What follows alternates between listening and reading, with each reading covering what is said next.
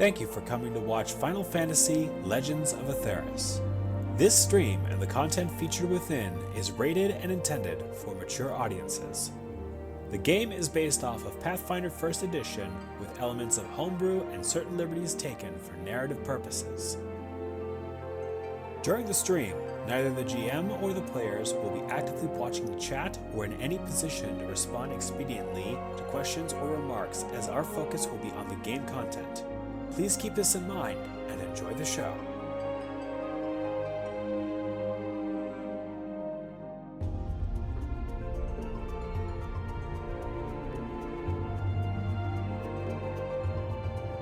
It has been 20 years since the Song of Oblivion was brought to a close. The world continues to walk a thin line in a bid to remain unfractured. Yet every effort to stem the tide of uncertainty seems to bear no fruit. A world that seemed to have won its peace only just yesterday runs perilously close to losing it. And now it turns to its final option. Adventurers. The star places its hopes in the hands of those who seek fame, fortune, or purpose. And the adventurers that rise to the challenge shall become legends of Eitherys.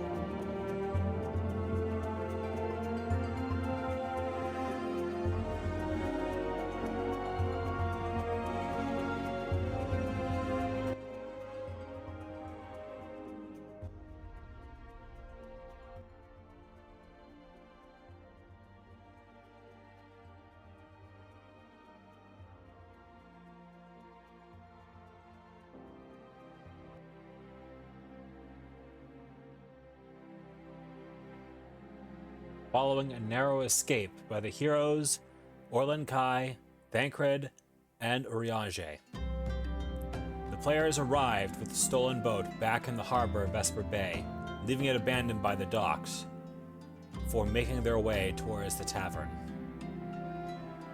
The tavern itself was packed, given the through traffic that various merchants and mercenaries had in the area, but the facility itself was stable enough. The rooms held their heat, and the forever stew that the barkeep was creating wasn't half bad. And how could it be with the amount of spice that was traveling through the port? With all that said, the players and heroes settled themselves over the tables down here.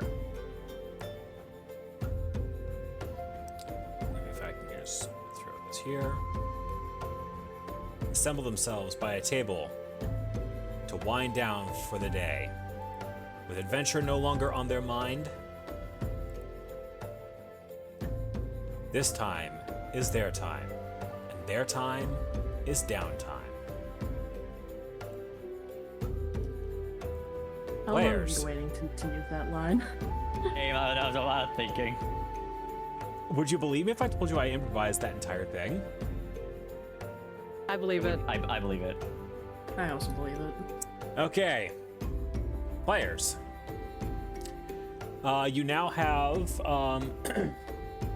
license to do as you will within the inn here. It is now nighttime, hence the darkened atmosphere. So Orlan, Thancred, and Urianger are currently having dinner over at this table over here. They are open to be approached. Now, while we did have the records in downtime, the chat doesn't get to see that, so you can just use that to improvise or stick to it as a script. But let's see what you've all been up to since we last convened. So straight viewer cam. Yes.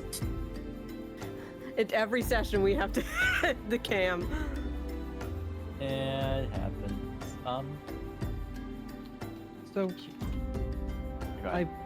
I believe I let off downtime by Abra would step up after the initial dinner service and walk over to the table of the three heroes that were alongside the group of adventurers today. She's a bit sheepish as she approaches, but something's been rattling her mind ever since everything kind of been starting with all of this. And she looks to the three of them. Gentlemen, I wanted to ask something, specifically alongside tempering and events over the past few days. Do you all have a moment? I can come back later. I'd rather I not disturb your meals right now. Time is of abundance, young lady. Sit down, speak your mind, and be at ease. Oriange would say, gesturing to the seat beside Orlin. Thank you. Abra would quickly scoot her way over, making quick eye contact with Nyx before looking to the three of them, speaking in a more hushed tone. I was informed by an agent in Nimsa about the tempering process, and it, well, contradicted some things that I had experienced on the road, and I was hoping to get some clarification from adventurers who were much more seasoned than I. She takes out a pencil and starts to fiddle with it in her fingers, trying to use that as a way to keep her mind focused on the topic. While Nyx and I were out, we were been approached by a pack of kobolds that were tempered under Titan. It was part of the whole business that Ul'Dah was having issues with, but at the time I was able to stop one of them. It was with my magics, but I stopped one. From what I've heard, without a proxy, something like that shouldn't be possible, and yet it happened. Orlin saw it, as he assisted Nyx and I. I'm afraid of something. Can a tempered being's temper be transferred? I don't want this to be anything like that. I'm mainly just use my magics to temporarily dissuade someone from taking actions that would negatively impact them, like those men at the dock. Rather than being cut down or burnt to ashes, they went home with their families. I don't want to cause any harm with my magics, truly. Only in self-defense and absolutely necessary I will, but if that kind of magic leads to things like tempering or being host to a summon, then I would rather give up my pictomancy than continue that. Oriange listened with a calm practice ease as events were spelled out before him, nodding in understanding. And as Abra finished her concern, a light smile would come across the Ellison's face. Thou hast not to fear for thine abilities rendering such woe upon those that thou hast encountered. The ability to twist the will of an individual, any individual, is a power beyond that of most mortals. Even the best mages of yesteryear could barely comprehend the concept. Thancred would then chime in. Were I a betting man, and I have been known to be from time to time, your actions that day may have simply averted the thoughts for a time away from what tempering they had. It would be at this time Orlin would speak up. Given the state of those specific kobolds we're in, I think they can count themselves lucky that they had a very light case of tempering. The process isn't one that happens just once to an affected individual. It is through repeated exposure that changes can be made beyond just what the mind has to endure. And those changes, Orlin would say, taking a spoon and stirring the bit of the stew in front of him, can be every bit as gruesome as they are irreversible. In conclusion, thou hast not to worry for thine abilities rendering harm beyond what you have stated as thine intent. Is what thou hast stated to be thine intent.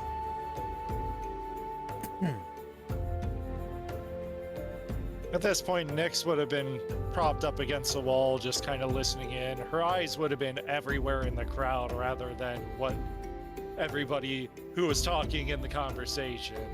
Kind of losing trust in just random people rather than the group that she's kept close this whole time. But the moment that Oron laid down that theory, she kind of turned towards him and gives a firm nod. Yeah, that would make sense. If it's anything like how dragon magic works, it takes different amounts of exposure depending on the creatures and their will. depending on how this kobold was, it could have been earlier in its temperament. Maybe hadn't even fully processed yet. She'll kind of like think on this for a minute, fold her wings back as she's like propped up against the wall. But then she's gonna kind of wave her hand a little bit. This is only the beginning, from what I can tell. And our enemies only grow more powerful by the second as we sit here idle and chat. We should be smart about how we decide our next move. Be careful about it. And now that this whole city of Ul'Dah knows our faces, it's not like we can go back there again, at least for a time. I sincerely doubt, Thancred would start, that anyone will be keen about testing their goodwill in the near future. Though with what you've all allegedly come away with, that shouldn't be necessary.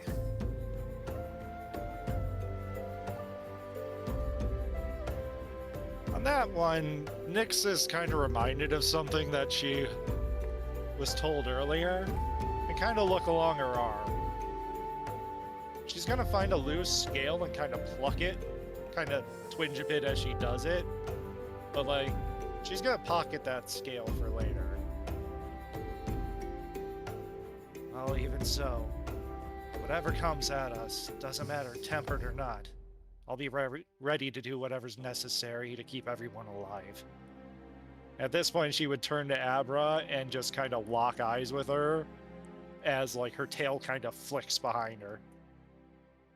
And Abra would give a small nod back to Nyx and then to the trio as well. Yes, thank you three for the assistance. If that's the case, I will continue to work on my magics and ensure that they're used responsibly. If I can continue to assist others in seeing reason and compromise, then we can avoid a lot more bloodshed for all of us.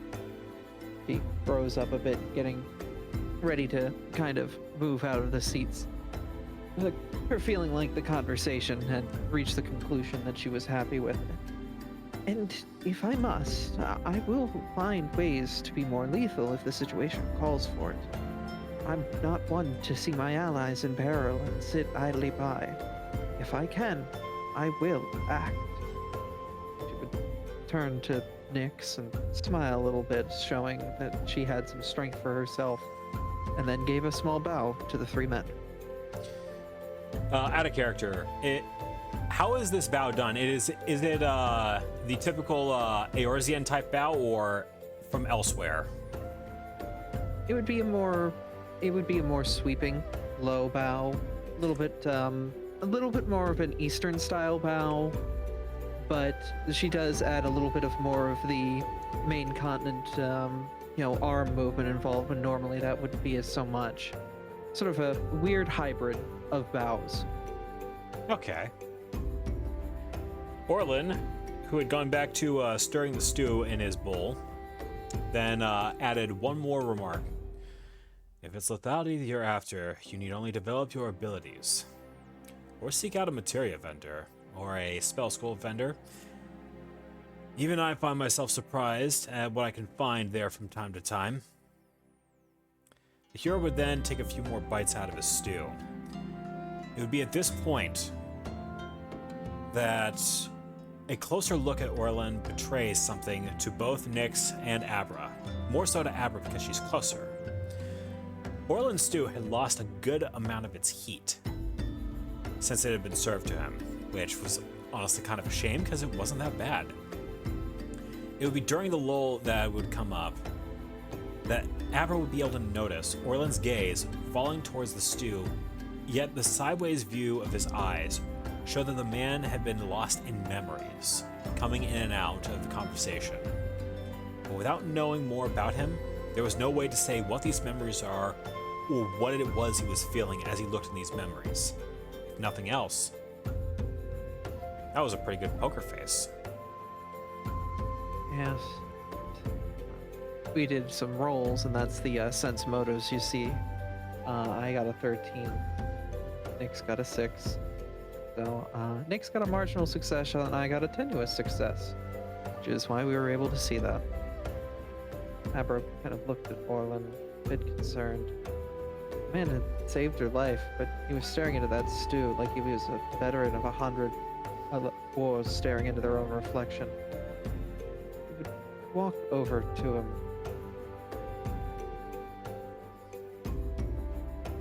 Orlin, you seem to have a weight on your shoulders. Mind if I share a little piece of advice that was given to me by a traveling bard? She would pause a moment to kind of mentally recount the words, trying to match the cadence that from when she heard them. When the storm draws nigh and dreams shatter before your eyes, know that you are not alone. When the battle starts, allies will comfort restless hearts. Know that you are home. When the stars stop shining and endless ravines around you are winding, know that you are not alone. Friends will give their all, so your tears will not fall down on sorrow's stone. Know that you are not alone. She gave a small smile, trying to recount the simple melody she had heard from a bard a while back. Orlin listened to this particular bard's verse. It would be during the recounting of the verse, a smile would come to his face. You followed the works of the wandering minstrel, haven't you?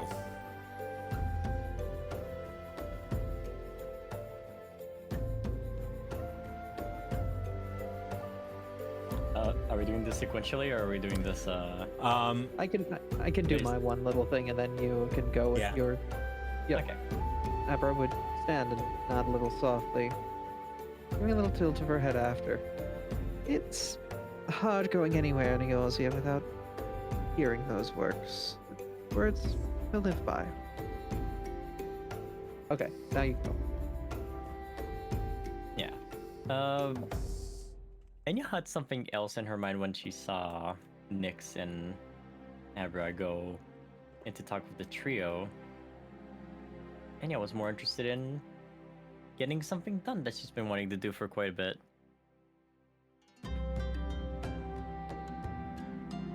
I don't know where the kitchen is. I'm gonna say purely for because I forgot I'll to say get the here. assets.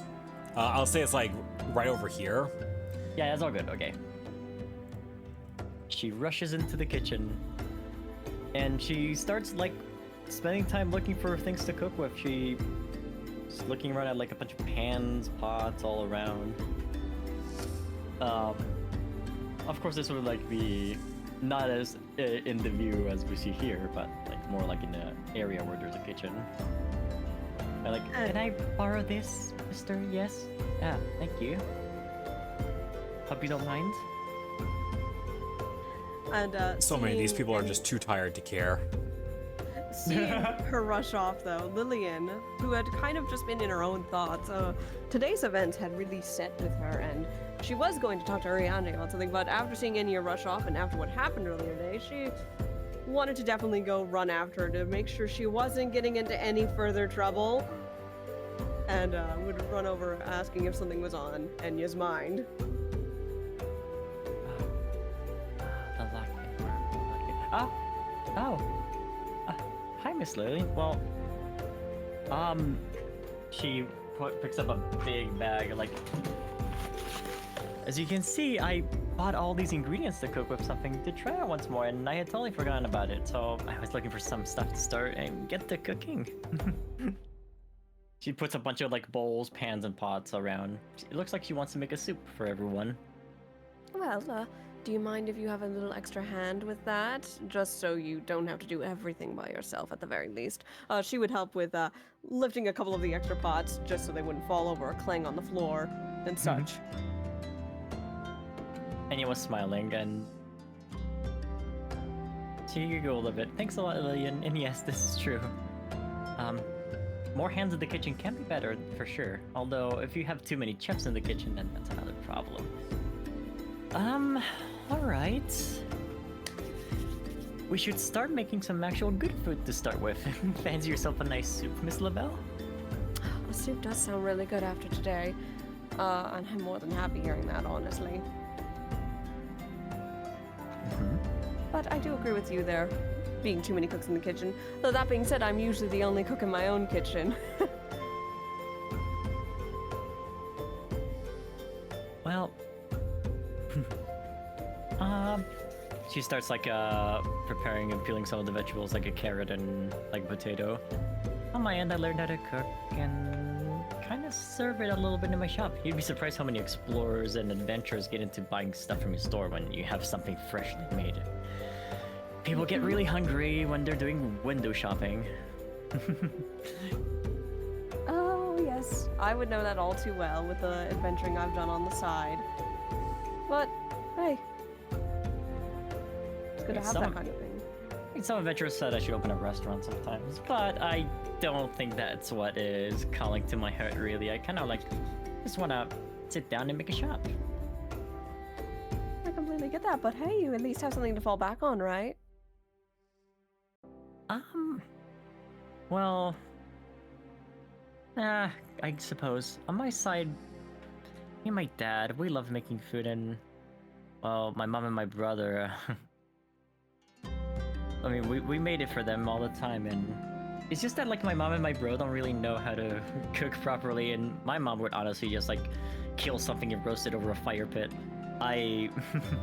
It's not, it ends up not being as delicious as something you could make yourself with spices and salt and, oh well.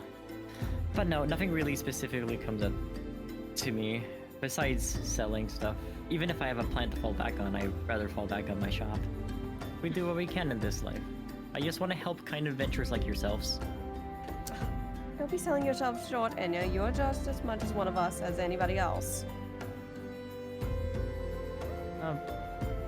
I mean, well, I'm just like an escort, right? My mom's the one that did all the fighting most of the time, and I guess my dad trained me in magic, but I'm not really an adventurer. I mean, you saw what happened after Morty saw their rival. I kinda got myself killed almost. Again.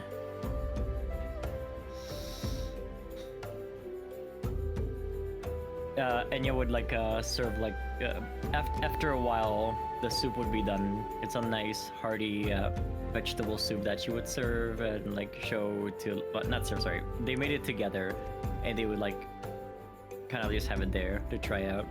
Oh yeah. What do you think of the taste, Miss LaBelle? It's actually really good, actually. It's definitely good after a long day. Anyways, now from the fun part.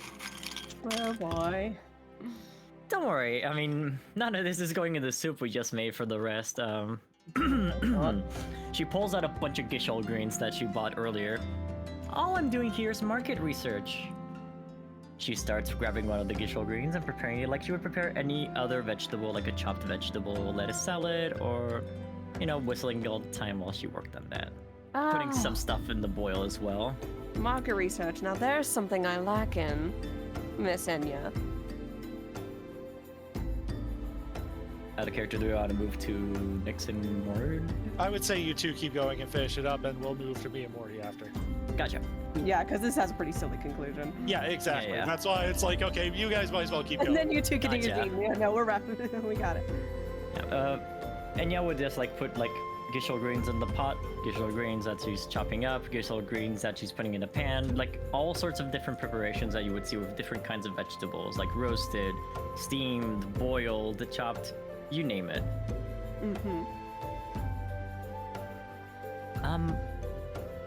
Oh yes, market research. There's so much gishol greens that I've seen extra. I mean, people just toss them on the side when they don't use enough of them, and it just all goes to waste. What a waste. Someone else could use this produce somehow. There are a lot of starving kids, after all. I mean, what if we could eat it? That's what I've been wondering. That's why I tried it back then. I mean, if we can find a way to use it in another way, it's a big win and we can make a profit. Or it can all be a waste. But hey, it's also big business expense. Yeah, that's a good way to look at it. And honestly, if you can make this somehow taste good to everybody else, it would definitely save back on paying for so many rations and other food supply. Mm-hmm. Well, I guess in my case, I've been trying to, I suppose, experiment with cooking. Cooking bad stuff sometimes. I mean, what if we find something new? I guess I tried something of everything. Oh yeah, I mean, come on. There's nothing wrong with experimenting. I mean, look where it's gotten me this day. Well, She would and just oh, go ahead. she would just give a gesture to herself, mentioning the fact that she's an adventurer now. As she was like preparing the gishel greens and almost done, she does ask, so how's your place like? You know, back at your home. Oh, back at my home. Apart from having all those other siblings, it's actually really nice. I do miss them from time to time, though. But it's nice being around so much in my family. What about you? I get you with the siblings part. I mean, I have one brother, but he can be a bit of a handful. Aren't they all younger siblings? Am I right? Yeah, I mean, wow. I believe my brother was the smallest one, right? I was the firstborn. I think so, yes. I think that's correct. But no, my smallest brother would usually get in trouble like I did back in the day until I kind of grew conscious and decided to be more cautious about my life. But no, besides my brother, there's my mom who can be quite a lot. She's a tough warrior, you know. I mean, you've heard her name already, and you've seen the reactions of some of the other people. Oh, plenty. Like that Lalafell that betrayed us, like even they had heard about the fear of Lockworm. And there's my dad, who is more of like... He's more of like a intellectual. He likes reading, likes to learn about magics, and likes cooking a lot. She will pull out some of the prepared gishel greens from the pan and kind of show, well, care to join? Want to try with? I can't promise it'll be edible in the slightest. I've probably tried worse in my times experimenting in the kitchen, so why not? Yep. To new ventures. To new ventures.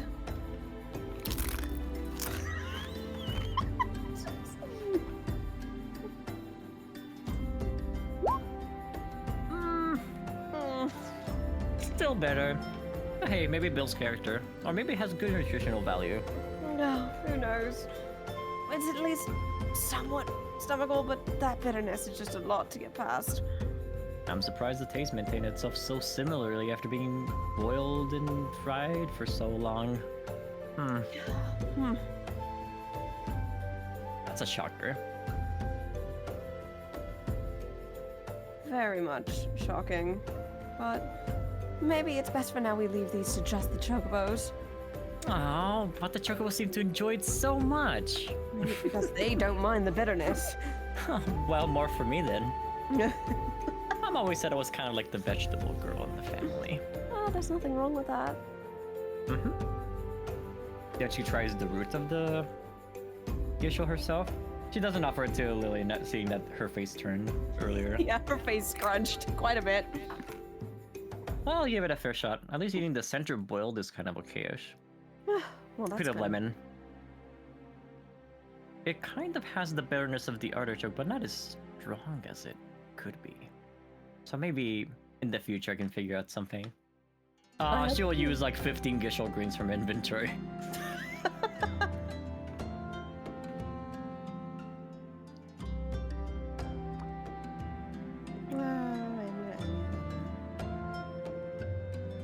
Have any favorite meals compared to the bitter stuff I just tortured you with? Love that. Lillian has to think for a moment. Her tail kind of swishes idly. Well, I don't necessarily have a favorite dish, but anything that's from my home in Gridania actually always is quite nice. As much as I am out on the road, I do get homesick from time to time. Gridania, you say? I mean, I had a shop there briefly, and I did end up learning a few of the local dishes, now that I recall. Huh. You were in Gridania for a short time? It was great. I never noticed. How did we not brush off shoulders ever? I mean, I was the only Burmesian there. I probably was too distracted by my siblings trying to keep them out of trouble. I might have just never noticed. Didn't stop by the lock and worm ever. I might have, I just wasn't paying attention. You weren't paying attention to the giants as people were saying rat girl. When you're the eldest of like 5 siblings, your mind is elsewhere. I suppose that's true. I have one brother. My mind is elsewhere all the time already. I get it there. But yeah, anything from Gradonia always makes me really happy. What do you say we serve the good soup to our friends over at the tables? Maybe they'd enjoy it. In the meantime, I guess I'll eat these gishels. Yeah, do as you will. Let's give them something to enjoy. I think that's just about everything we had. Yeah, that's all we had. Yeah. Meanwhile, Yay. Hey! Bryce. Alrighty. Oh, there. Hi, Bryce. Pat, Pat. I guess while all of that is happening, Mordro would have actually set up a small little, well, mini workshop and one of the tables that the party had commandeered, and is currently using the field repair kit to patch up some of the more messed up pieces of armor. Let's see. He'd be flipping through like a little booklet of instructions. Dark matter on the affected area should fix the thinner areas in the metal once it finishes converting. The process would be slow and imperfect, yet true to understanding and with substantial knowledge of the armor. Several sections of the armor plating would be restored to working order. The armor still held the look of extensive wear and tear. Success. Success!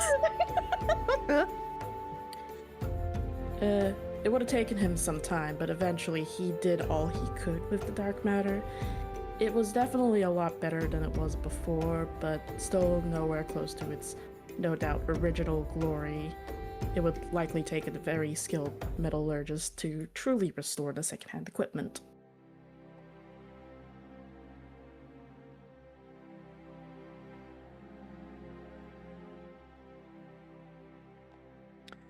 all right. So that is that. And we have a scene between Nyx and Mordro. Overall, it would have been a little bit of time.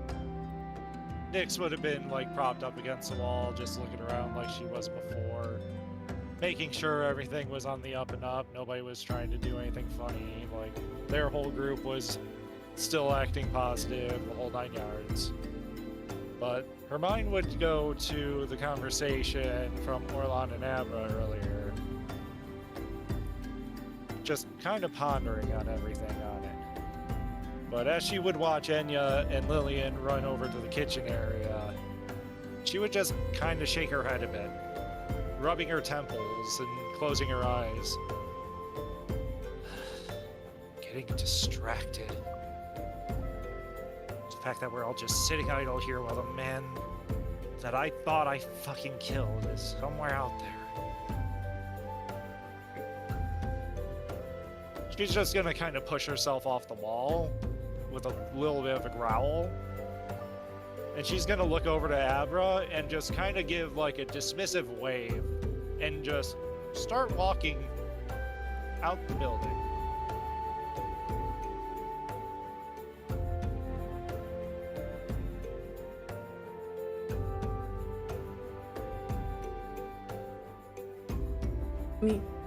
Meanwhile, Mordro would actually stand up around the time that Nyx had started walking off. Very faintly hearing Enya and Lillian's voices towards the kitchen area. They seemed like they were doing fine. But the important thing is that he would catch the tail end of Nyx leaving the tavern. Literally, he would only be able to see the split end of her tail. Seeing this, he'd pause for a moment, tilt his head ever so slightly with a mix of Finley veiled confusion and curiosity before he sighed. I shouldn't I? And with that, he'd pick up a pair of empty mugs. Very briefly,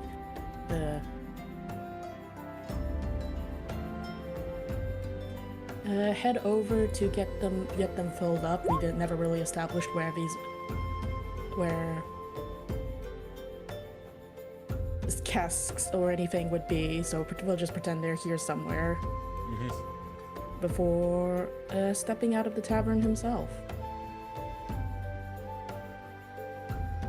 Pretty much just as Mordro would step out, Nyx would have been looking around the town square area just to make sure nothing was amok out here.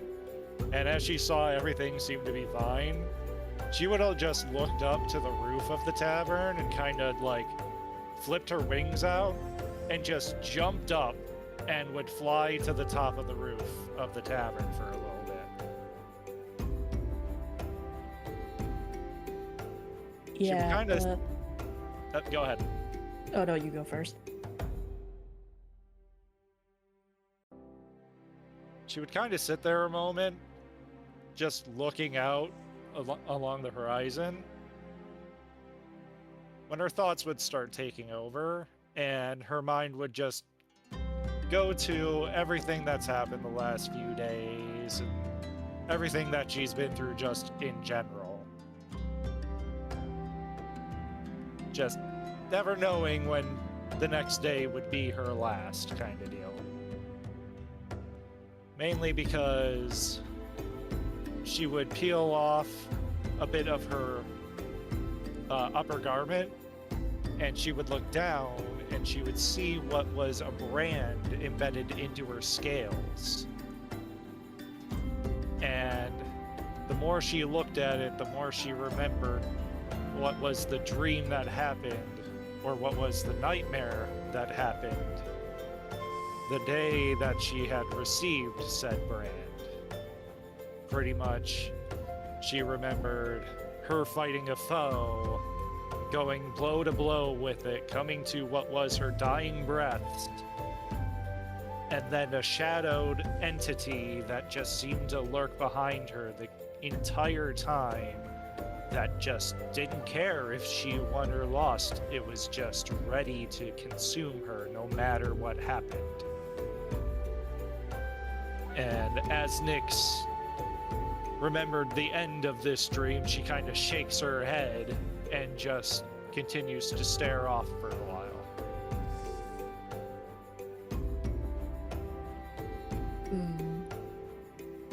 Mordro, by virtue of taking his time filling the mugs, wouldn't have left the tavern in time to see where Nyx went, but he would have been able to hear roughly where she had gone. And needless to say, anyone who's looking in the right direction would be able to tell, would be able to see him exit the building. He'd pause for a moment, as if internally debating whether or not to call to Nyx, before settling on this decision. I would consider that going off alone after our specific day's endeavors may not be the most prudent decision.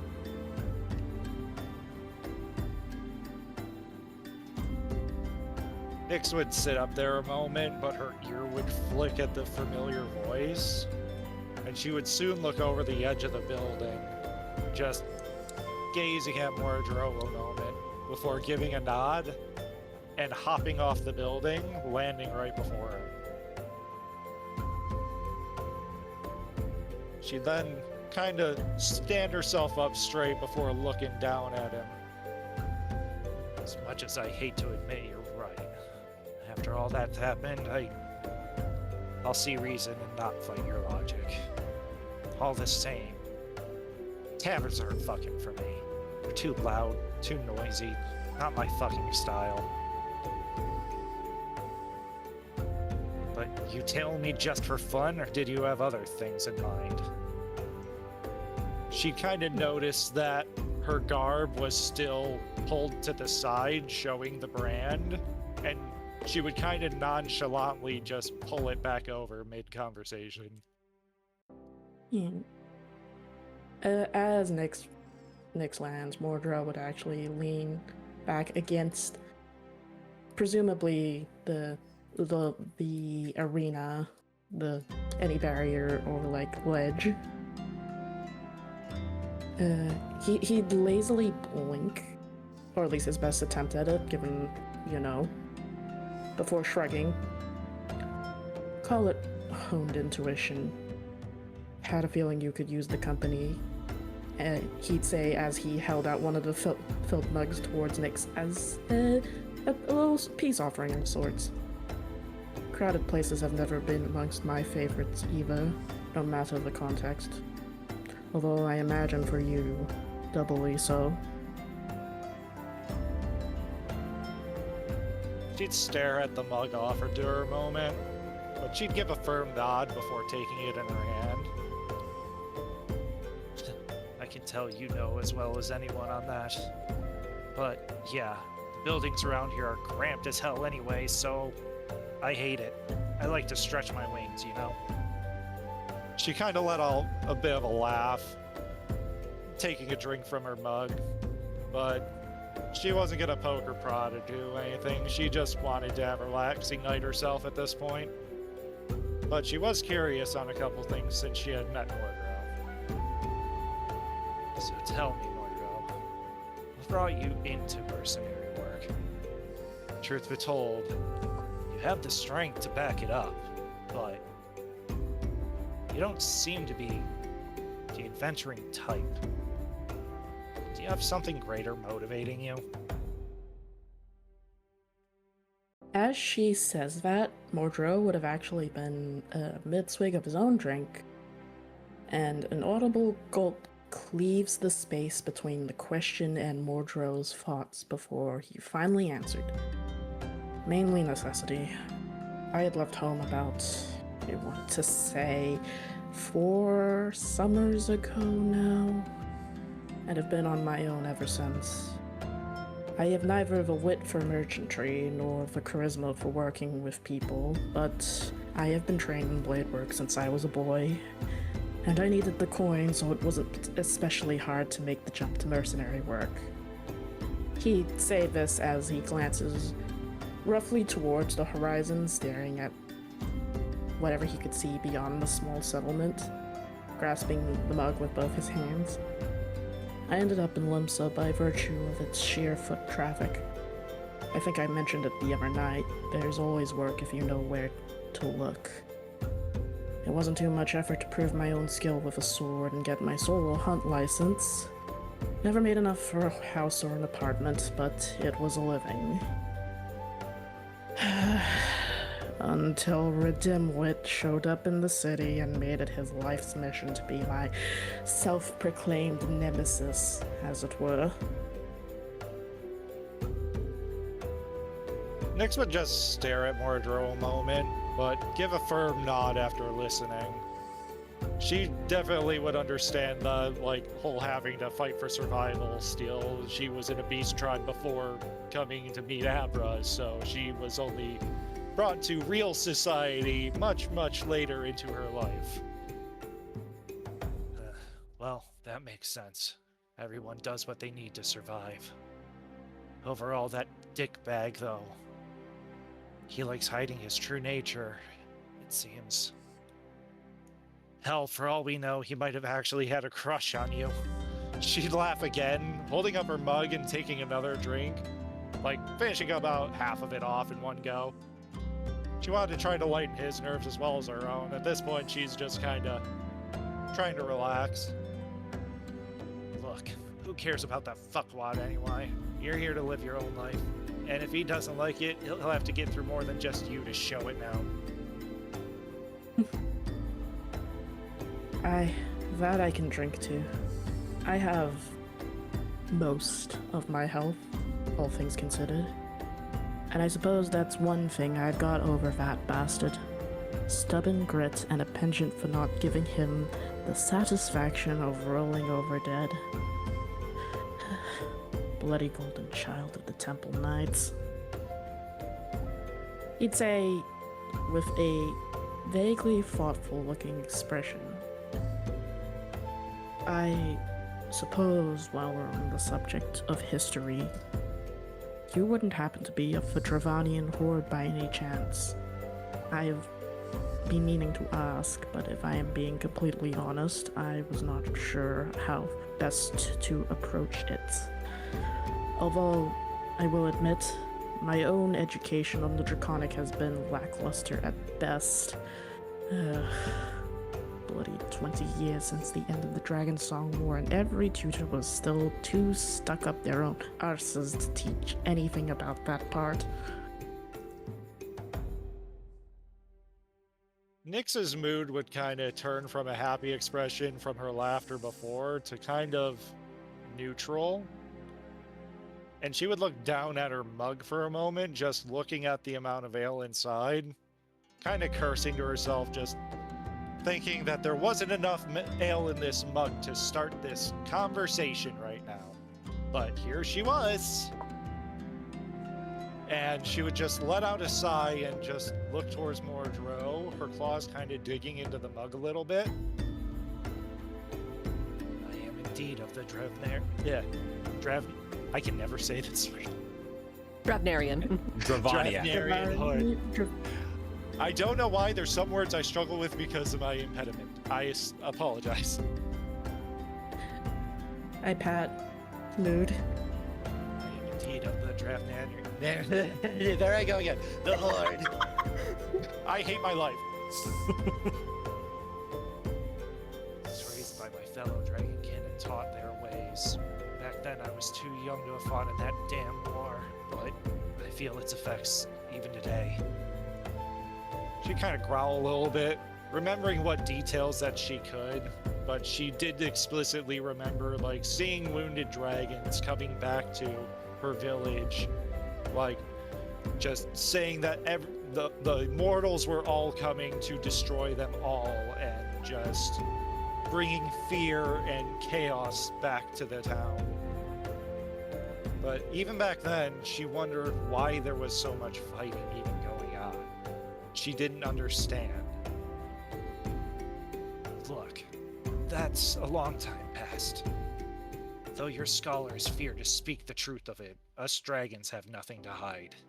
If you want to learn more, I can take you to those who would better inform you than I. But that's an endeavor for the future, I feel. Mordreau would nod solemnly and sympathetic as Nyx speaks.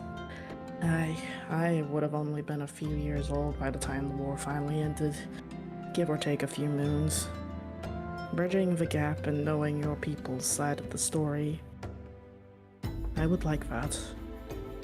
And after he says that, he'd pause again before bringing the rest of the contents of his drink to bear, downing the ale within it with a few large gulps before wiping off the remnants of the liquid sticking to his mouth with the back of his hand. Here's to a better song then, for everyone. To his words, Nyx would kind of show a bit of a grin, just lifting her mug as well and bringing it to her lips to finish hers off as well, wiping her chin afterwards. I would hope the bards find far better tales to tell than the songs of old, now that so much has happened since that time.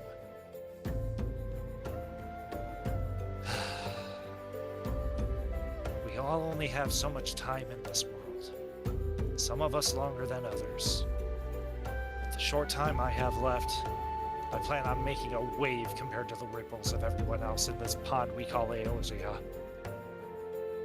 She'd go back to her thoughts, just kind of thinking a moment. But then she'd, like, look down at him just with sheer determination in her eyes. Like, almost cracking the mug in her hold. You could hear the wood creaking in her grasp. And I'll be sure shit gets done in this time.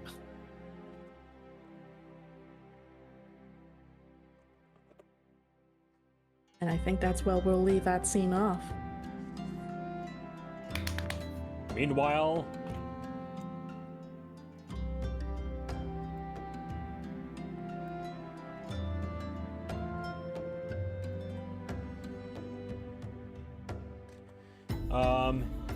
do we have a Bryce Yeah. with us?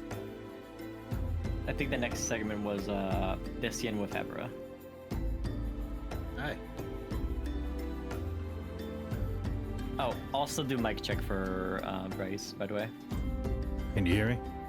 Go ahead and just start talking, and I will adjust your volume as I can. Very well. Is Abby here? Hi, I am here. Sorry, I Awesome. forgot to hit the big red button. No worries. So, let me pull up this. There we are. So while Mordra and Nyx were talking, Lillian and Enya were talking, Desian was still within the tavern and had a number of things around himself.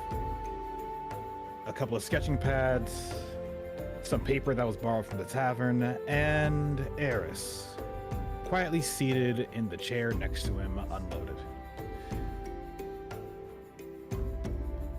On one of those sketching pads, it seemed to be some sort of schematics, a plan of sorts that he had in mind, and he was trying to get out of his head and onto paper. Meanwhile, in front of him, what he was focused on with the ink pen and quill and parchment was, well, something he was writing.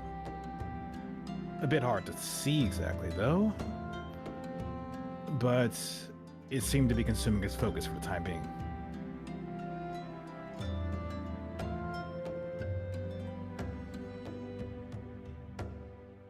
One moment, please.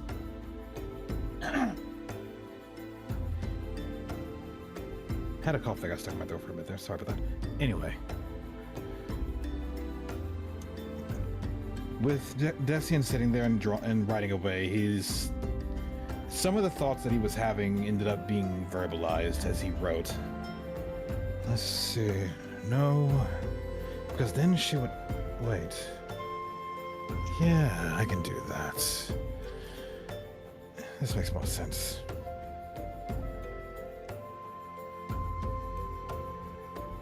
Abra would take notice of this, seeing everyone else in the room had ran off to various other conversations, seeing Nyx and Moldo talking, seeing Lillian and Enya working. She decided it was a good opportunity to maybe grab a mug of ale and try to be friends with the people she was adventuring with. She would kind of scoot herself over and plop herself down next to Desian. Good evening, Desian. Are you free for some small talk? I don't want to take you away from your writings if it's a more urgent matter.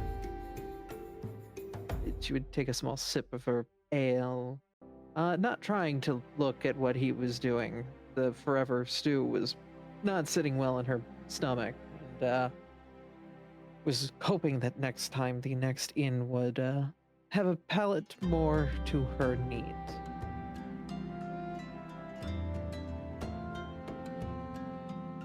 For Desian, the moment that he heard or anyone approaching him, it was almost, ain't almost to it, it was impulsive.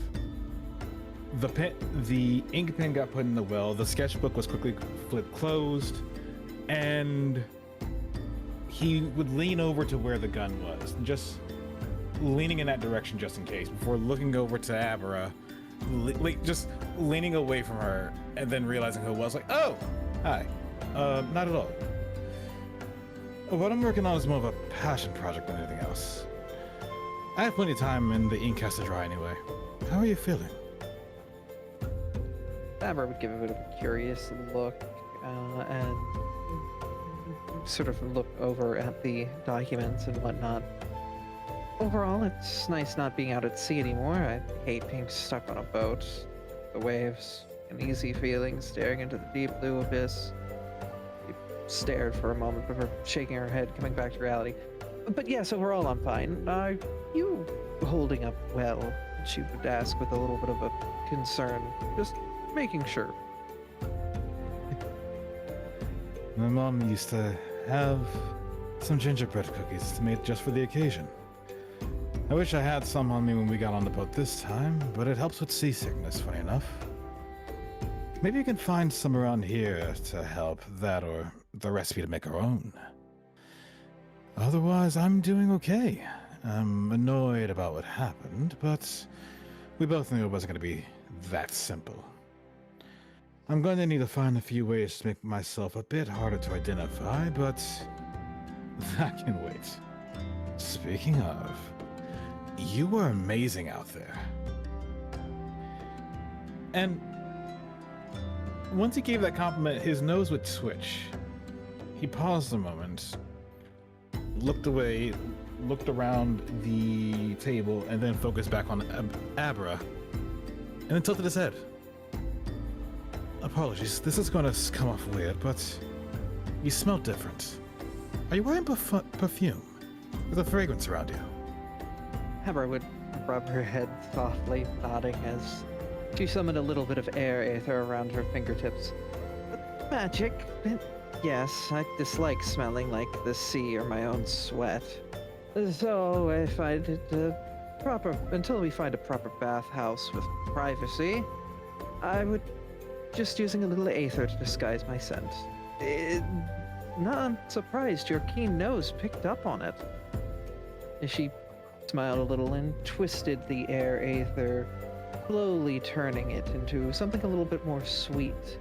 Her hair rising just a little bit before falling as the slight adjustment had turned. It was subtle, just enough to tickle the nostrils of anyone close to her or someone like Decian with a skilled nose.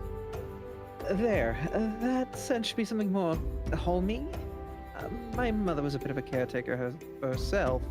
5 sons and 7 daughters will do that to you.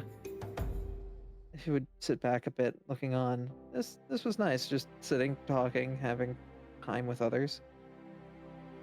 It's not too much, is it? I can adjust the smell if it's too much. Please, speak up. Decian the Tail would switch casually as she explained, as he listened. The small change definitely caught his senses, and his ears would perk up in response. And sure, it got him to tilt his head, and his attention would shift to it, but only for a moment. No, it isn't too strong. Though it's good to know how you can do that. It can make someone trying to track your scent difficult too if you wanted. Considering those like me are known to hunt that way, it's actually quite fascinating.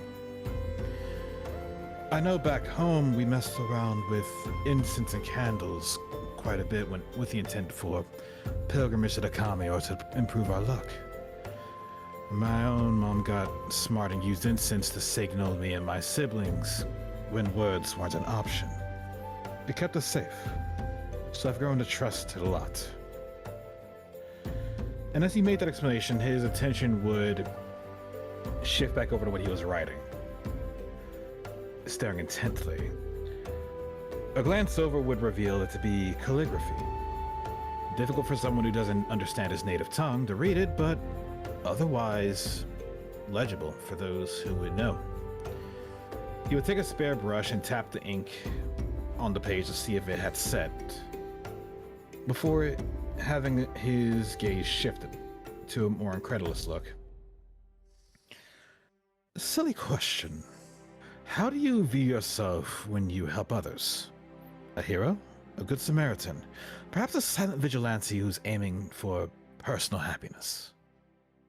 Abra stopped a moment on that, raising a bit of an eyebrow. It was an interesting question. Took a moment to get a response from her. It's a few things, I guess. On the surface, I'm trying to do what I can to prevent more death and pain in this world. Doing what I can to ensure others around me feel no pain and can grow. I find beauty and joy. And while I know joy needs pain to contrast it, I prefer to be someone that causes joy. She paused another moment, considering how to speak the next bit. That on a deeper level, we are just a collection of strange animals, doing what we can to survive, hold off against the storm that is this world. Some days I feel like a kitten windswept in a fight against a primal, but I will do what I must to protect my pack. I must, for those I care for. She would give a little bit of a toothy smile before hiding it behind another sip of her ale. That's genuinely a beautiful way to look at it. And as he said that, he would take out another sheet of paper and with interest rapidly begin to start writing more calligraphy. For myself, I see myself as an agent of change.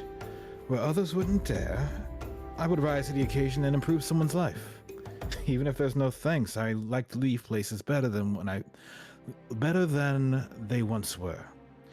Learning something new all the while to take with me. And after a few moments, the brush was put down. A weird question, but it helps to know we can state why we do this. Even if it's a bit, what's the word? Romanticized? I am curious how the others would answer. Oh, thank you, first of all. It may be a good conversation topic to bring around the fire, asking everyone why we do what we do. She sat back a bit, the alcohol helping her relax more with Nick's not by her side. Oh, yeah, I'm not sure what you're designing, but if you want any concept art, I can always help you drum something up. It was a hopeful offer. She wasn't sure how she could actually analyze or actualize whatever Desian was working on, but it was an earnest attempt to try to reach out to her fellow adventurer. Well, actually, that would be invaluable. He would look down to his papers, at least the one that he was initially writing on, read over it carefully, and his tail would sway.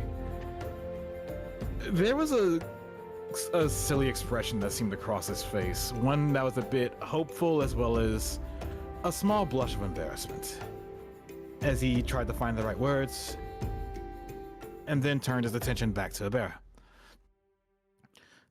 Since a pup, my mom loved to tell stories to me before bed, or even when something was wrong. It kept me and a few of my siblings calm or inspired and taught us. She had a way of bringing those stories to life with how she told them, voice acting, method acting, descriptions, whatever she could do to get us to smile. We had a number of favorites, like when he paused a moment, putting a hand over his muzzle a bit before shaking his head.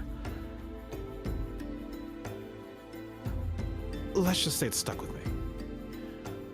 So what I want to do, or what I'm hoping to do, is I want to take these adventures that we go on and, well, make my own stories. My goal is to tell it in a way that it will make it fun for anyone of any age. Though, since you are someone who shares those memories, perhaps you can help me capture this magic. Abra looked on, her tail flicking a bit with curiosity. Her head tilted a bit and her ears flickered, a genuine curiosity coming over her. So, like, combining illusionary pictomancy alongside storytelling to help express the magic. A coy little smile grew on her face as she happily clapped to herself. Oh, yes, this is right up my alley. My magics aren't refined enough to do illusions on grand scales, but I can work on that. All things considered, I should be able to manifest them enough to interact with objects rather than being just thinly veiled disguises. I may need a little time to actually practice, but I can do that. I know I can, certainly, eventually. To say Decian's tail would start moving a mile a minute would be an understatement. He briefly stood up, was ready to hug her, but considering the location, he didn't want not to attract further attention. So he took a breath, sat back down, and just nodded happily. Then we have a plan. Hold those memories close, and we'll make something amazing. We'll both be working to improve ourselves on this crazy ride of life. And with that, he would turn over to his writing materials and put some of them away, but leave out the more recent work. And I should probably improve my Eorzean writing skills so that you can read them as well. Abra nodded softly, looking to Decian. Well, I've been around a bit. Well, what is your native writing style? I might be able to parse it. She commented, scooting a little closer in the bench seat, her tail waving around a little bit. It may have been alcohol driving a little, but this was nice. This felt like she was gaining more than just allies in battle, but friends. And this is where the RPer's curse, I forgot to hit enter on the post and only realized 5 minutes before the game started. So that's where it ends. I don't know if you want to continue it or we fade scene. I was thinking that absolutely does it for scene, so we can go ahead and I'm going to have everybody reassemble back in here for simplicity's sake. Of course. How dare I you suppose, move like, me? I suppose Enya and Lilia would bring like some of the good soup they made, not the cursed items. Not the shit Gashal green soup that was made. Oh, that shit was awful. Oh my god, it was absolute dog shit. I'm so sorry. If you wanna taste what it's like, just drink some boiled artichoke water. I didn't need to think of that today. With all due respect, no. No. This is the good soup. Oh, only Enya is eating the one with the Gashal greens in it. It was. Ugh, but the soup we actually made is really good. Yeah, we made some. Dirty earth water. It's not earth water. It's just like a nice broth for your stomach. I didn't have meat this time around, but next time I can make a soup with meat in it. Kill for Robin. You just see Nyx's left eye begin twitching. Oh, is something in your eye? Are you okay? I'll be fine. What's wrong? So, with this, the night more or less comes to a close. Many of the patrons head upstairs to their various room. Players, I've already deducted funds out of your bank for getting 2 rooms. 4 for the ladies, 2 for the gentlemen. With that, morning fast approaches, and I'll need to turn off. I also assume for all intents and purposes we get a long rest. Yes, you have a long rest. I think I already had you assess that, so your stats should already be adjusted for that. It is now a new day over Vesper Bay. And a new venture, la la. New day, new adventure. By this time, Orlin, Thancred, and Urianger have left to pursue another lead of their own, so they are no longer in the area. However, you look outside and you see a very particular soldier posted up where the exit to the inn is. He looks like he's waiting for someone. Oh.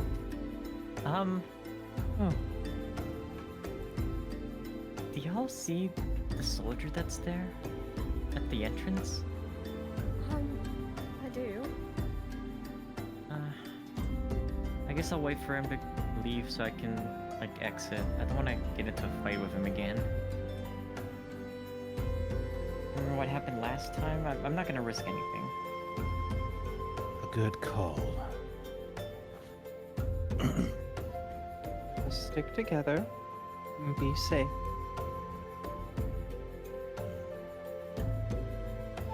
Actually, where's the bartender, if they're anywhere around? The bartender would be over here. Okay. Decian's going to get up and look over to everybody for saying, "A moment, if you will." Go right ahead.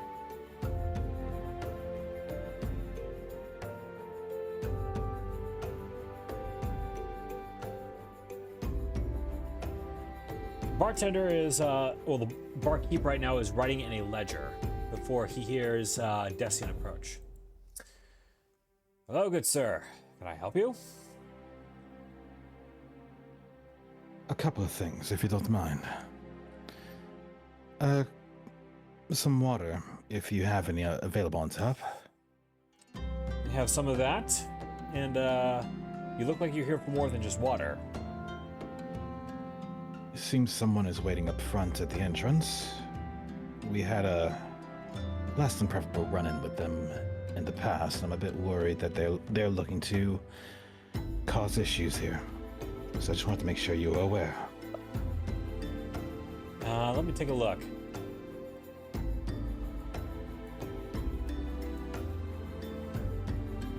The barkeep would head over and speak to him.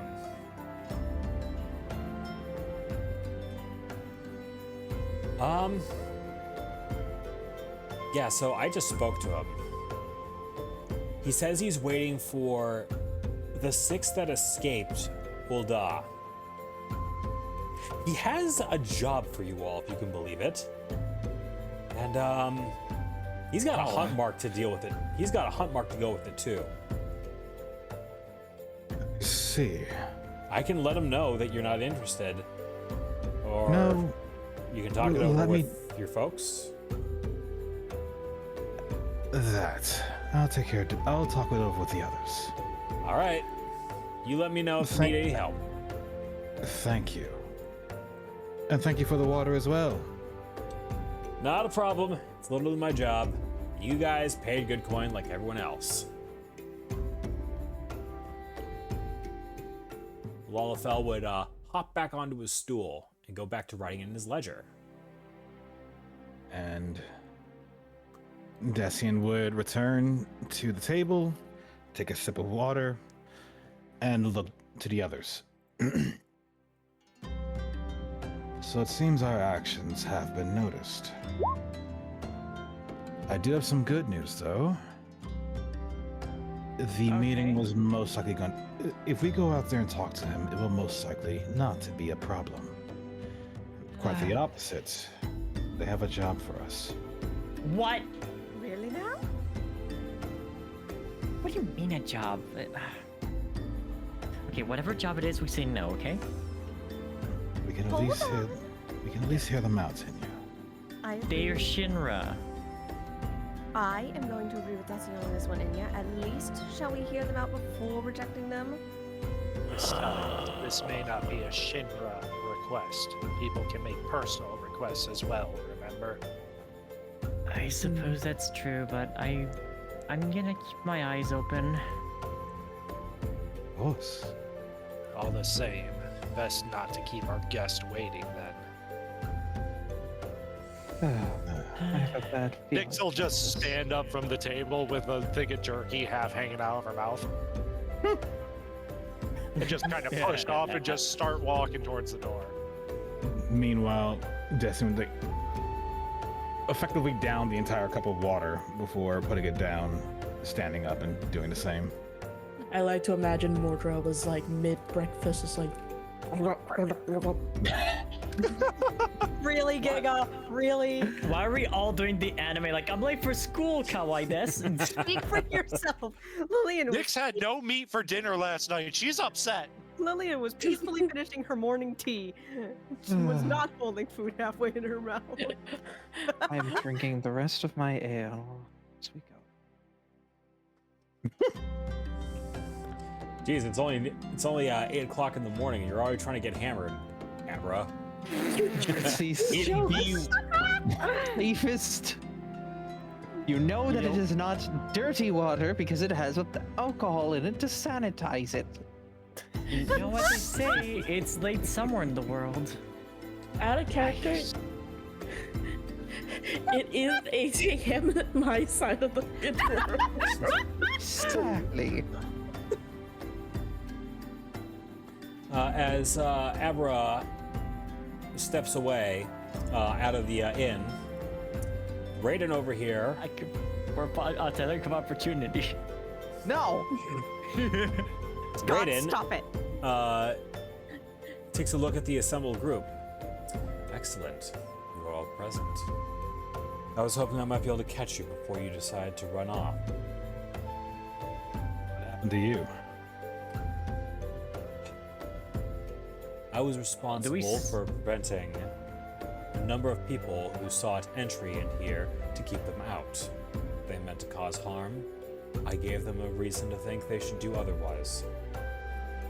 They took their frustration out on me. They tried their best. It was not enough. Wait, are they okay? Do they look hurt or something? His arm is actually in a sling, and the bandage that is wrapped around, you can actually see a bit of staining on the bandage. So he definitely got hit pretty hard last night. And Kind of looks and pokes in, asking, "Who got to you?" too many people to be able to see who specifically. I doubt they survived the night. Mordro would Fendi does. cross his arm. By chance, would they have happened to have come from Ul'Dah? Most likely, many people came from that place the other night.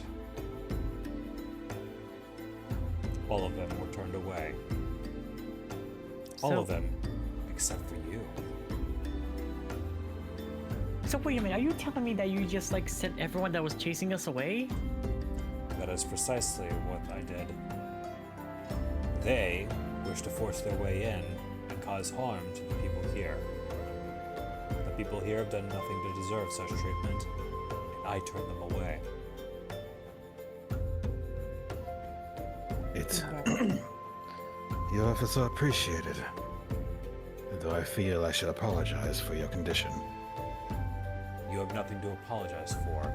Nothing that happened to me the previous night is your fault. I do have something I wish to speak to you about.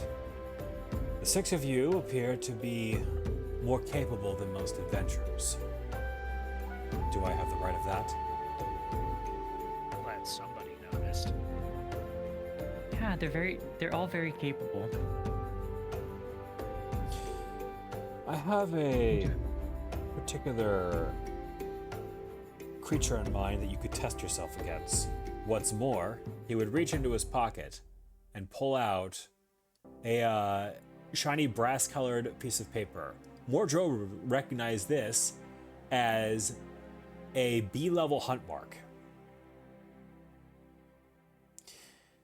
Are any of you familiar? Are any of you familiar with a creature called a chimera?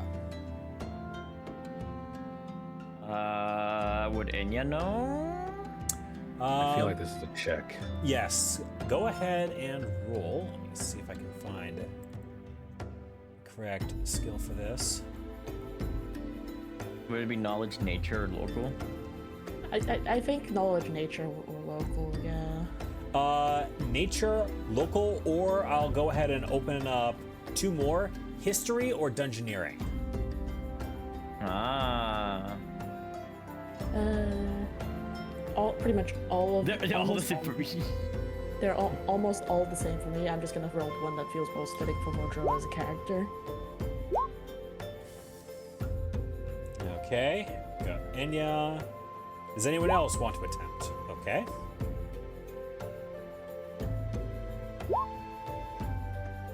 Damn. So, Abra has never heard of this. Nyx has heard the name, but knows absolutely nothing about it. However, for Decian, he would remember the name Chimera being a creature that has been known to show up in various caves throughout Eorzea, making their lair there. With Mordreau, they would absolutely recognize something similar. But for Enya, you made a history check against this, and you would remember in the studies with your father, specifically about the Allegan Empire during the 4th Astral Era, created a creature that was a composition of several different beings, all formed into one to create a very potent creature that could rain terror on an entire land with impunity. Specifically, a ram, a scorpion, and a lion. A chimera? Wait. God. Mordreau, what's this mean? The paper. It means there's one that has been sighted in this area, and that there is a bounty for it. So, wait, this is to hunt the thing down? That is correct. Your friend will Thanks, be I'm able to... just gonna smile at this. Finally, a challenge. Wait, the chimera, isn't this... I remember with Dad, isn't this that thing that, like, it was a combination of several creatures to create something more powerful? The Allegan Empire, during its heyday, had a habit of creating things that should never have been created. They took great amusement in fusing certain creatures with other creatures and watching it wallow in its misery. The Chimera is no less immune from such treatment. Out of character, Stray, would you say my role would tell me how dangerous the Chimera is? Both, yes. That would tell you. Enya knows based on the history she knows of it, and Decian's probably been aware of what that stuff has done to wildlife in Dravania the few times that a Chimera has shown up there. Okay. Even dragons don't screw around with chimeras unless they've got a purpose with them.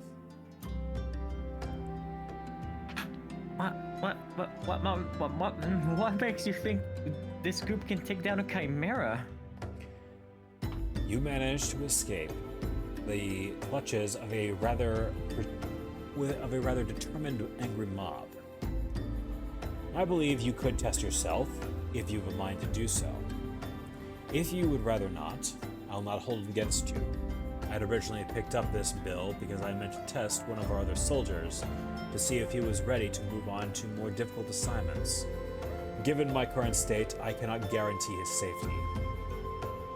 But if you are willing to take this on, the responsibility of slaying this creature shall be yours, as will be any rewards you get. Enya thinks really hard on this. You think you could sell off parts of a chimera to others? I'm sure you could. Well, I definitely was thinking about that. A chimera's parts are actually quite rare. Quite rare, and rather useful materials should you decide to craft your own gear. Out of character, this almost feels too good to be true. Can I roll sense motive? Go ahead.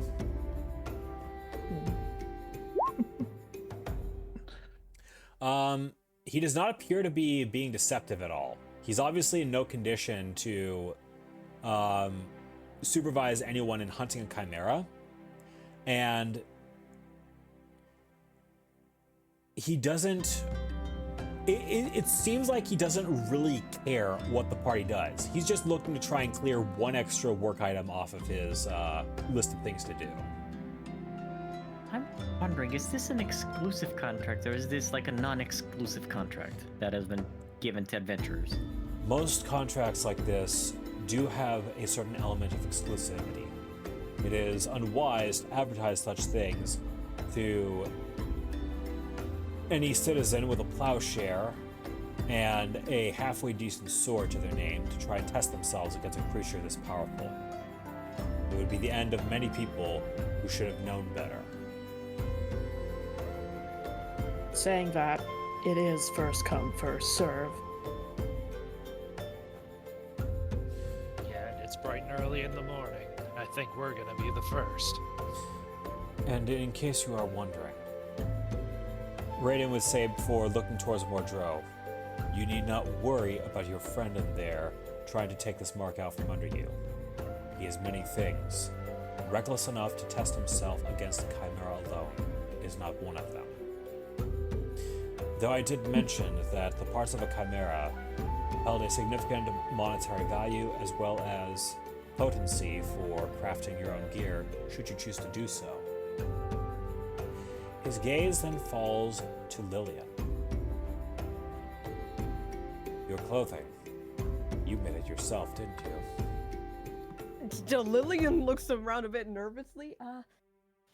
Yes, I have made all of my clothes myself.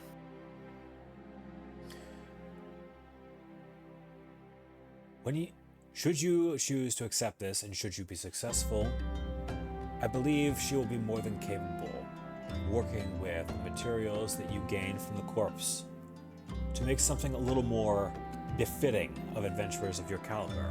And who knows, you might find other marks such as this.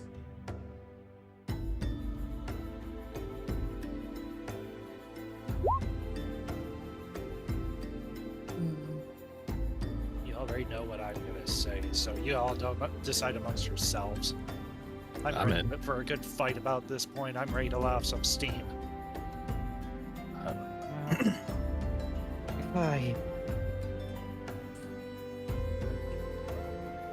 I have reservation. I feel like something like that could attract a lot of attention to us, and speaking candidly and not in earshot, my main concern is if that other party wishes to cause disruptions in that fight to make our chances less than advantageous, or that a party sweeping in after we have finished everything and we are in a bad strait, and then all of a sudden we are cornered without any strength left in our bones. I may be a bit of a worry word here, but it still feels convenient. Well, okay, the lair of this particular beast is a cave network known as Cutter's Cry. You will find it in Central Thanalan. It is far enough off the beaten track. Nobody ever goes there unless they are looking to confront a beast that has made its home within. There used to be a Durant nest there, however, the locals around here saw fit to clean it out, unwittingly making way for creatures such as a Chimera to take residence with them.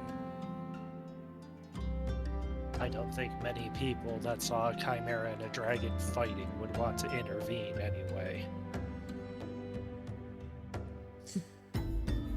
If I do say. Most people would not.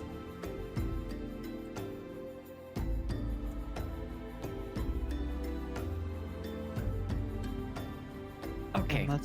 Let us make haste, but we should be ready.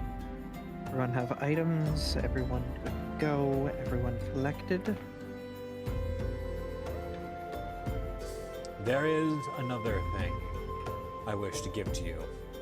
I took this off an individual who had no business using something like this. Reaching into his pocket, Raiden would withdraw a small green sphere, shiny in composition, yet it held a rather strange etheric composition to it. Is that what I think it is? This is materia. Specifically, materia capable of allowing you to channel the ambient etheric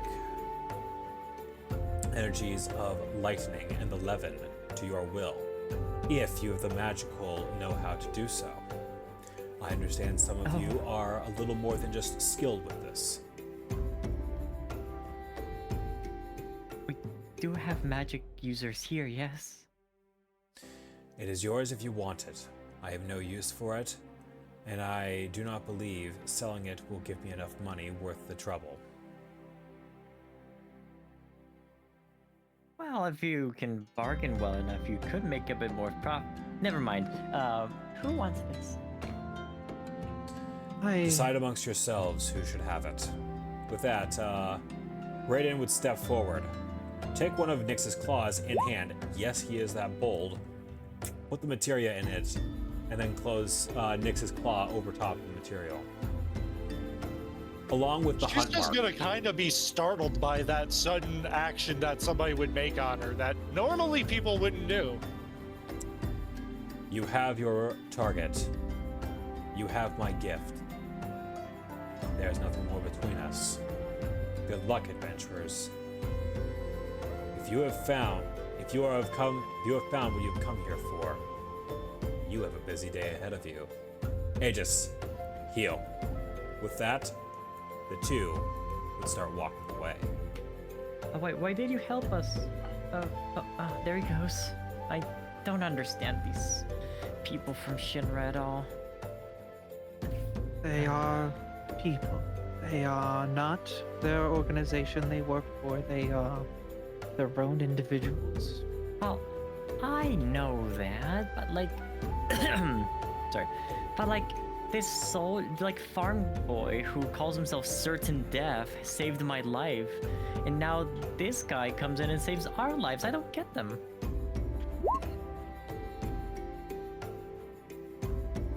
People are fickle. You know what? Okay. Nyx, are you okay? Go ahead. What? It's shiny. I like it. Okay. Decian? Thinking about it,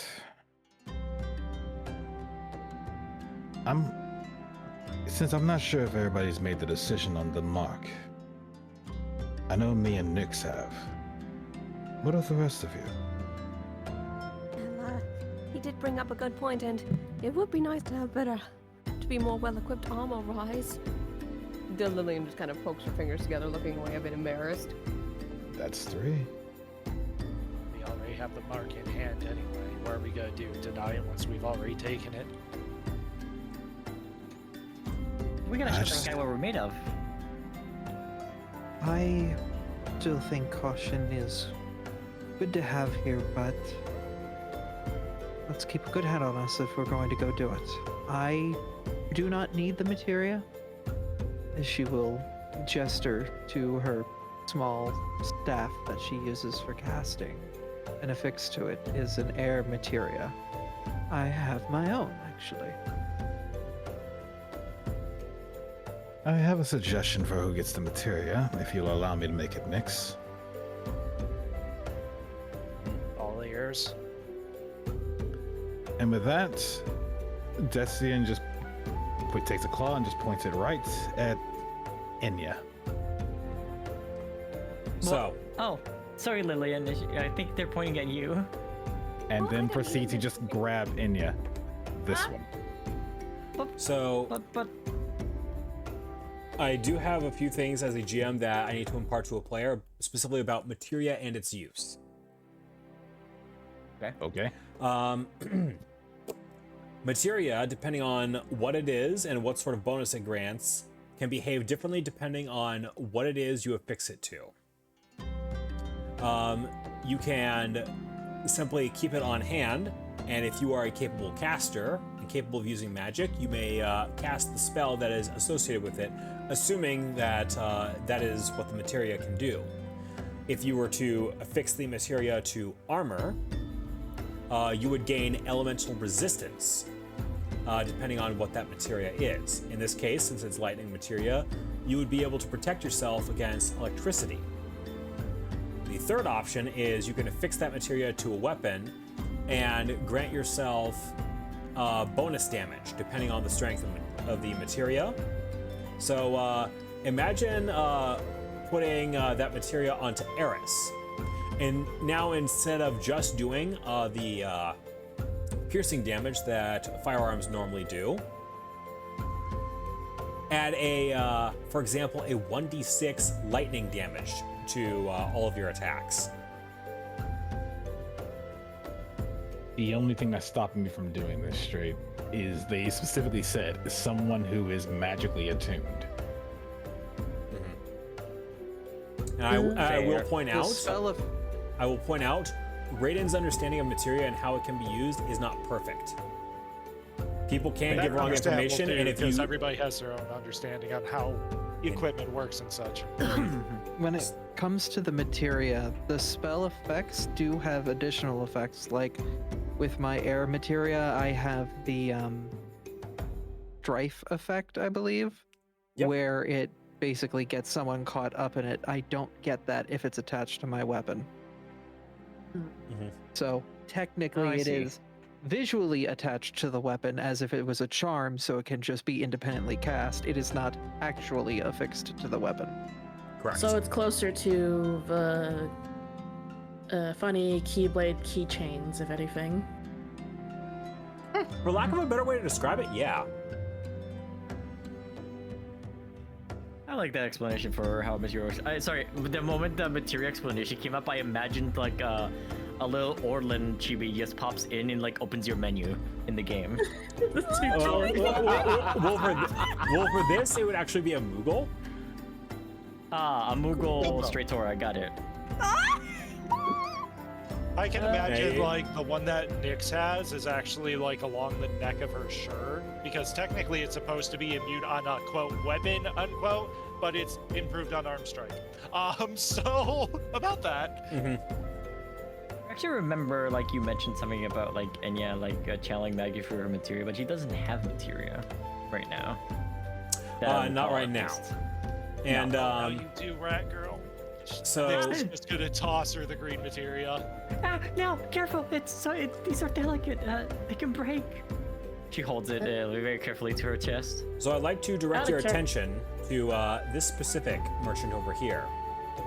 This is a materia merchant. There are many like her. They do not always look like her, but this is what she does. The reason why her shop has been open for so long is because you have not unlocked the mechanic of being able to affix materia in campaign. So You haven't locked that you ne- mechanic yet. Fuck me. you have now unlocked that mechanic. Hell yeah. So what I'm hearing is it sounds like we're going shopping very quickly. I do not have a shop list open, and the in-character reason why that is the case is because the materia shipment isn't supposed to be in until later this evening. Now, Excellent. Well, of course.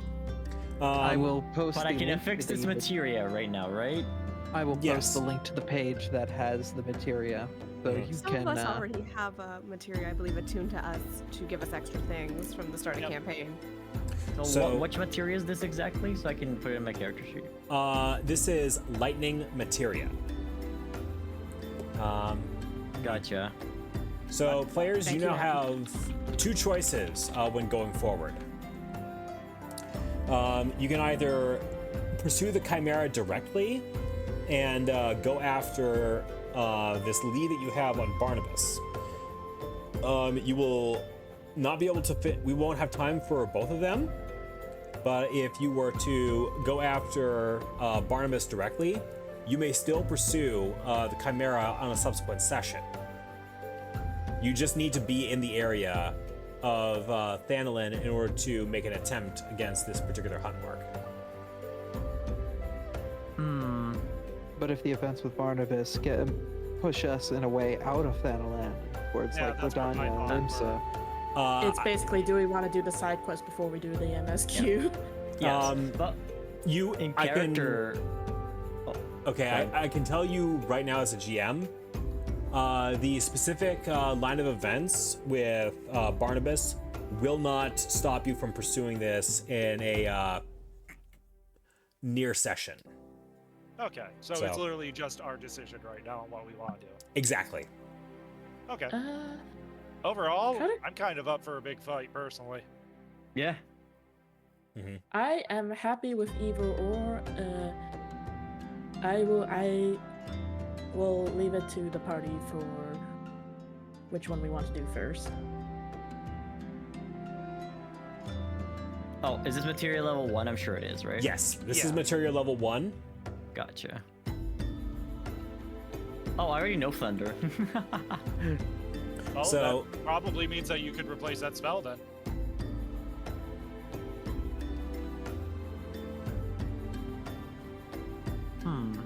You have so many spells.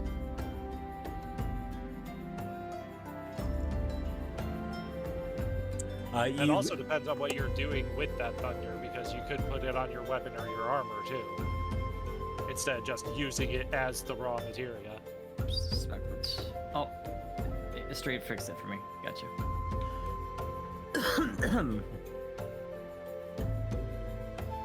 Because, like I said, technically Nyx's is equipped on her weapon, quote unquote. So, like, she still has the ability to like have a natural and an armor piece materia. I like to think that Nyx's weapon is just a wrist wrap, and it's got a material like tucked under one of the wraps. Oh yeah, I could see something like that. All right. I think Enya would just put it on her weapon because it looks nice. And she's excited about it too. So you know what's gonna happen within spell, right? Within spell. Wait a minute. What happens within spell then? You know don't how know. you normally put fire onto in spell? Yeah. Imagine doing both fire and lightning damage. Oh heck yeah! I'll add another weapon damage thing then. So Combination elements can be very strong, by the way, in a lot of games. So definitely take advantage of that. So, players, have you, do you wish to make any purchases from the merchants I'm just before gonna we move continue Morty's forward? token over. I'm just gonna move Morty's token over so I can actually Yeah. see. I know we did a lot of shopping last session. Overall, if this is all that's presented to us is the stuff that's listed off currently on map, I'm good.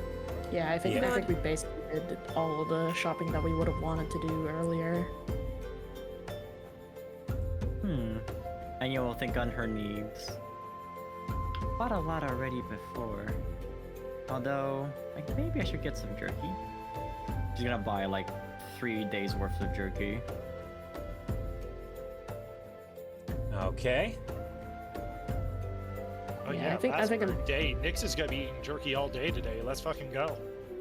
I think realistically I'm gonna hold off on spending any money until after the materia shop opens. Oh, they're That's only where one I'm deal? at. Fuck it, I'm buying 7 jerkies. Not like That's one. just- Now I want jerky. you know? Jerky's great. That's why as soon as I saw it, I was like, fuck rations, I'm getting jerky. Okay, so 7 days of jerky would mean that I have 14 jerky. Very nice. Can I take 10 gil out of party stash to buy 10 jerky? Go. You should have access to do that. If the players are okay with that, you may do so.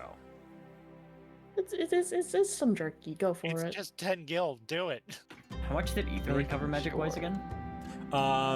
MP should be completely replenished after a long rest, without condition. How much does Ether do? Yeah. Ether is 1d8 plus 3. No, regular ether is 1d4 plus 1. Oh, High ether right. is 3d8 plus 5. Okay, that I was getting my numbers crossed there. Thank you very much for I that. just brought up the compendium, so. Okay, thank you so much. Enya's buying 1 Ether then. It's 1d4 plus 1? Yep. Yes. And the price is 75 gil for Yeah, I see it. 75, 25. Let's... There's no remedies, sadly, which is the one thing I'd that. want. You have the so- only one. There aren't remedies? There aren't remedies. There's. Oh, right. We're only carrying basic items here. Yeah, it's Yeah, only the antidotes remedies and eye drops for the status ailments. That's it. Yeah, the remedies are being shifted to the materia or something, I don't know. Okay. So no echo drops or echo herbs, whatever you decide to use in this case. So, players, are we ready to embark on the road? I'm good, but I'm also gonna step away for bio real quick. Okay. That's Yeah, same here, but Enya's gonna take one bite of a Gishogre and go, ready. Scott, you're killing me with this fucking bit. I can't, dude. How much does a potion heal? I believe that is yeah, 1d8 plus 1. yeah, 1d8 plus 1. What about Sorry, I tried to do it to where we didn't have to speak it. I'll be right back for bio break and to check on dinner actually, because Yeah, I think taking the quick little bio break here before we get into it is a good Yeah, idea. sounds like a good idea. Let's take 5. Take 5? Sounds like a Goodbye. good chance to also do a stretchy. Yep. Quick break and we'll be right back, folks. I should also have the rest of my funny noodles.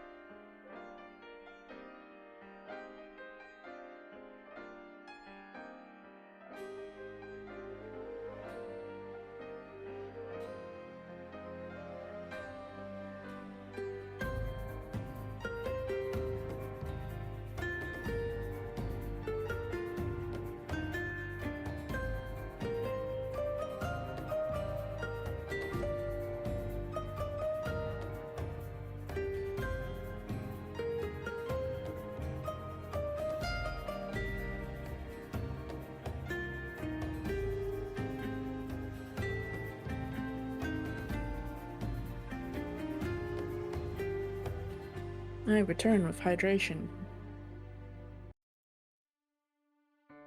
And I'm guessing everyone else is still bio-breaking, Lamau. More or less, yes. Yeah.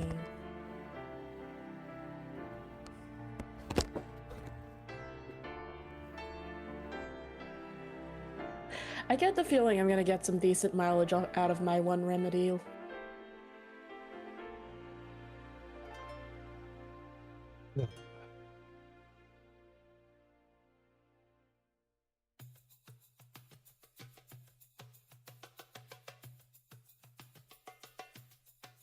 Nice. Pat.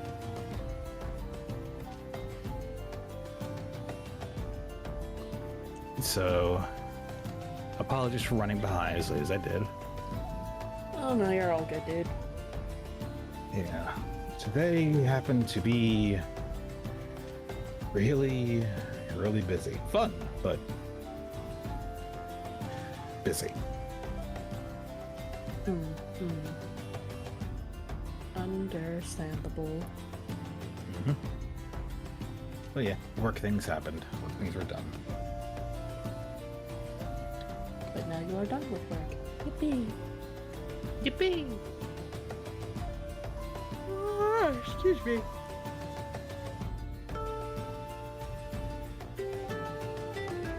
Imagine being sleepy when I'm not sleepy. I just got up to stretch, Giga. Shush you. I say crying in the corner at the... Yeah, I don't want to hear it, Miss Aussie. It'll be fine once the daylight saving shift comes back.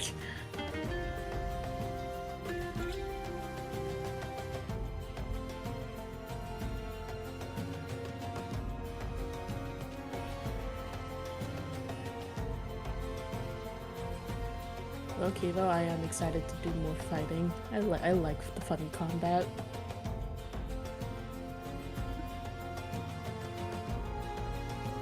You guys have fun with the fighting. I'm just gonna make sure y'all don't fall on the floor.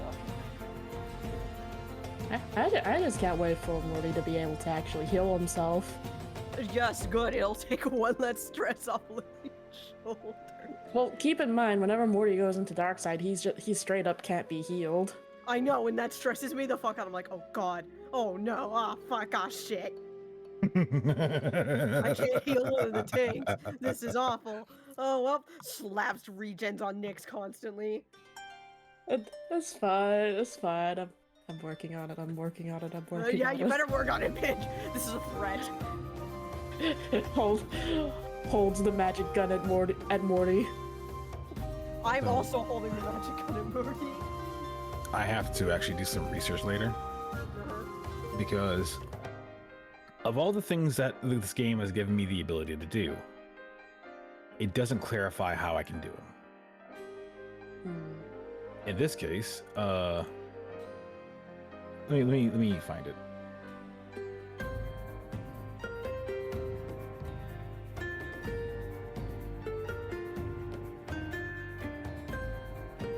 So through my class, I get gunsmithing, and one of the things I can do is I can craft alchemical cartridges. Guess who didn't tell me what the hell alchemical cartridges are? Because there's no list of what I can make. I guess we have some homework to do between sessions. Okay, I am back, and Artie will be back in a moment. Is Scott back? I think we are still waiting on Scoot, but Okay. I could be wrong. All right, so we have Azure back.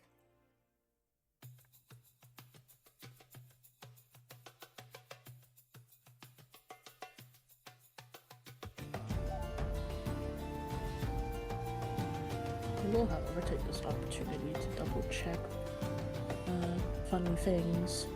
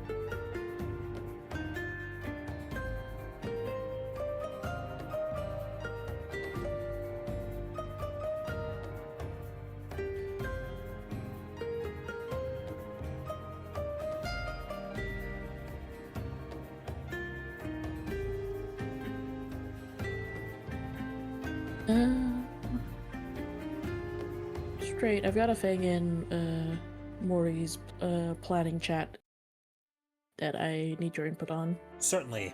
Take a look, and Yeah. I'll get back to you. Yeah. Same.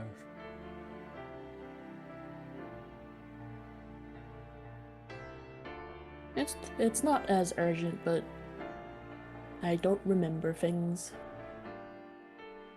Things, memory, we don't get along. Memory, but I hardly breathe. That's bullshit and you know it.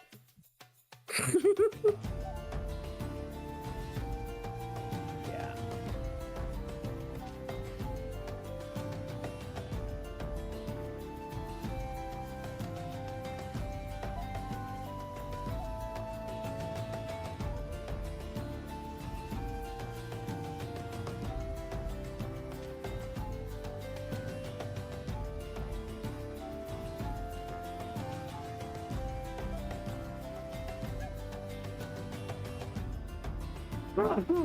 Oh, excuse me.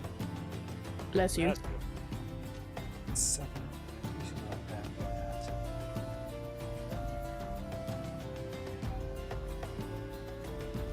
Okay. I don't think we made any changes on that front. It might have been the other one that I'm thinking of then. Yeah.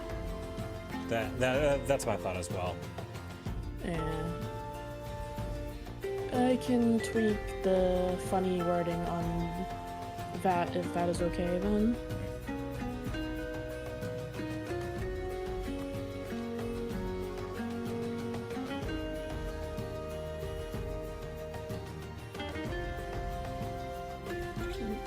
And copy pasta a thingy. Okey-doke.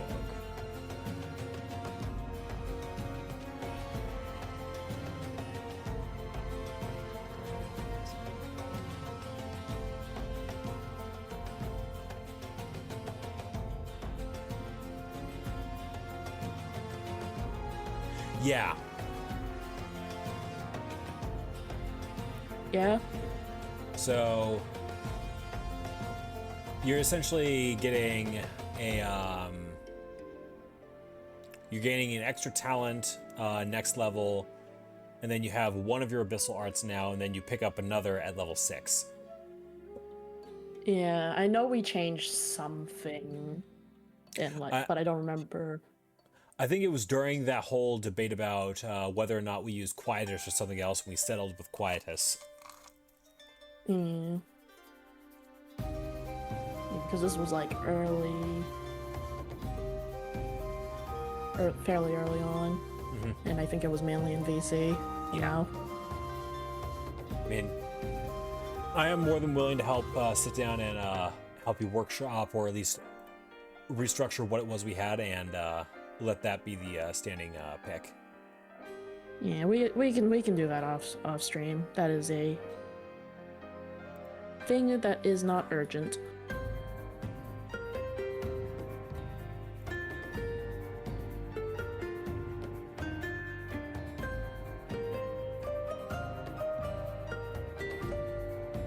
Will be a moment before Scott's able to step back. Yeah. Mhm. So, good news. Hey. Go for it. I have found an answer to the issues that I've been having with the alchemical crafting for gunsmithing. Short answer, it wasn't a Final Fantasy D20 thing. It was a PF1E thing. That would do it. Now to figure out if I can use any of these.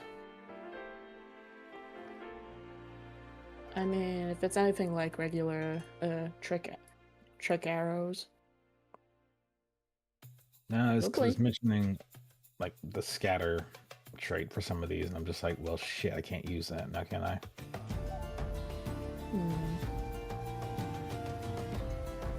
But otherwise, there's nothing wrong with making customs. We just now have a lot more to work with. Foundry does a lot of things right. It just makes it homebrew a pain in the butt. Yeah. It is what it is. And it is enough of a pain in the butt that I decided to stick with Roll20 on this. Well, we have this.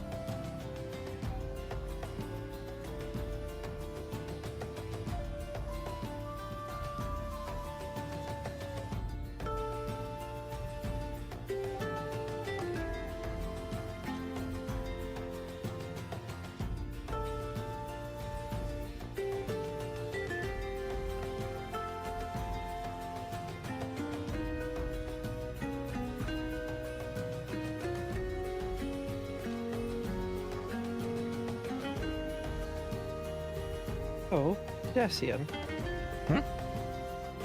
What calligraphy what were you writing? What methodologies are you skilled in? We never did get to finish that conversation.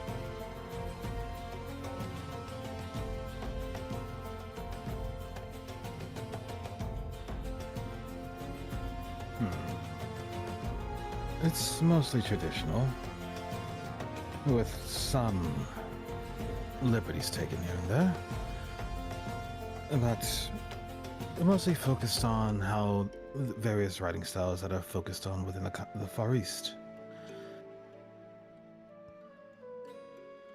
Dharma, specifically. Doman Enclave. Oh. I wouldn't say that I'm not familiar with it. I guess it's a double negative. I'm familiar with it.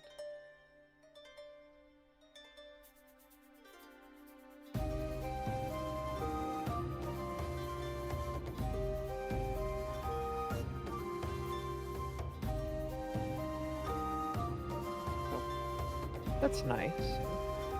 You don't feel free to continue writing in the style that you can. I should be able to interpret whatever you put down on paper and see if I can find a way to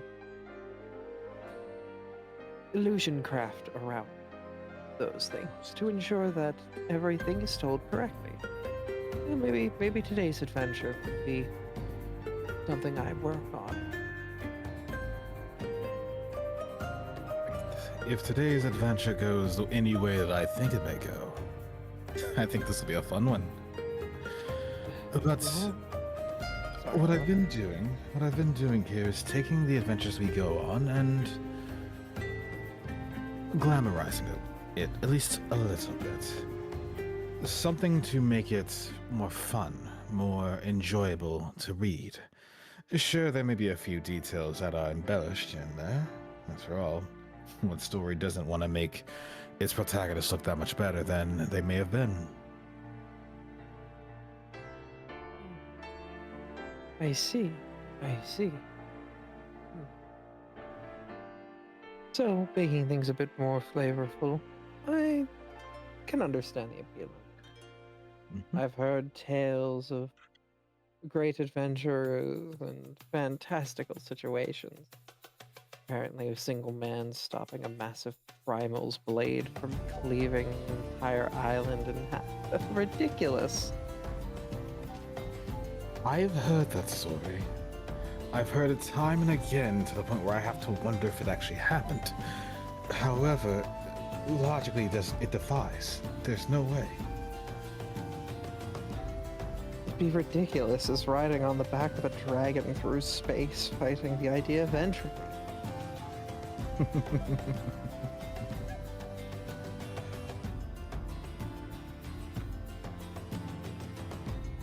Well, as ridiculous as someone going off to fight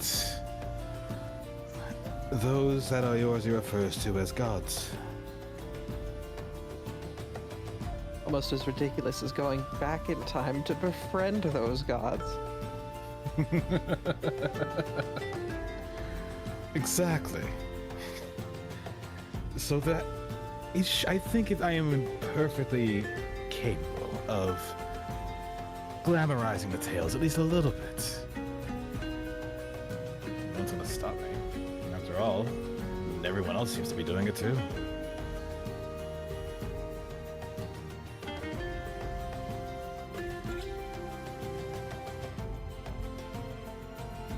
Somewhere, the warrior of light sneezes. Repeatedly. I feel like I'm being gossiped about.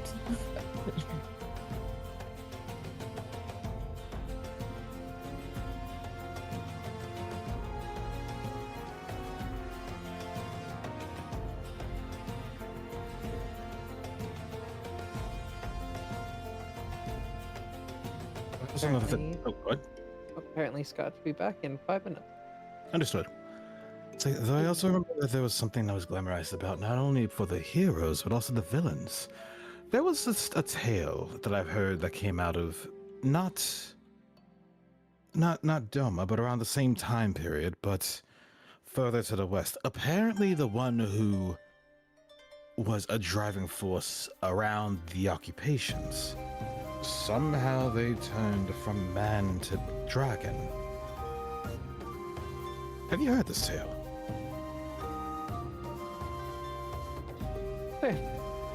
What, the child of that emperor that the nations were at war with? Yeah, that's one. Like I said, All I know is he carried swords around like he was going to go play in some athletics tournament or something like that. Seemed like a miserable life to live. I do know that one thing I can count on is he was terrifying to face off in battle. Those records, I believe. But to be turned into a dragon, that's a bit far. Magic and whatnot can do crazy things. From what it sounded like, if you can get a whole nation behind, primal summoning of that tier would be dangerous. Sounds like the warriors of old had their time set out for them, if that is truly what happened. Indeed. Though, now that you mention it, there is that story.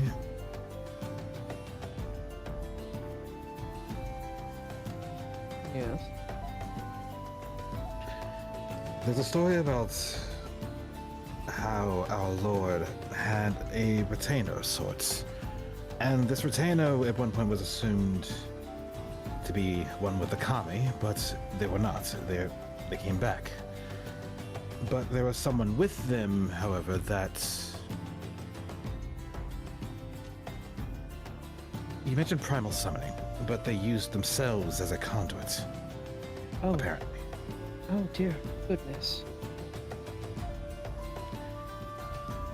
I'm not sure if I 100% understand the details of what happened, but I do know is that that person, along with a Garlean diplomat, they are one with the kami now.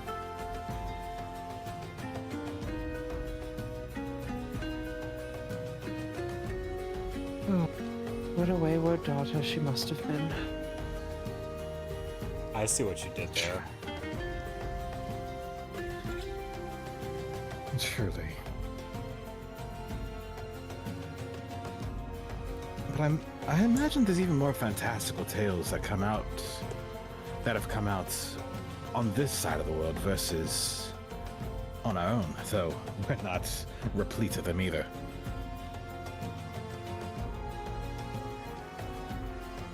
This world is pockmarked by tales.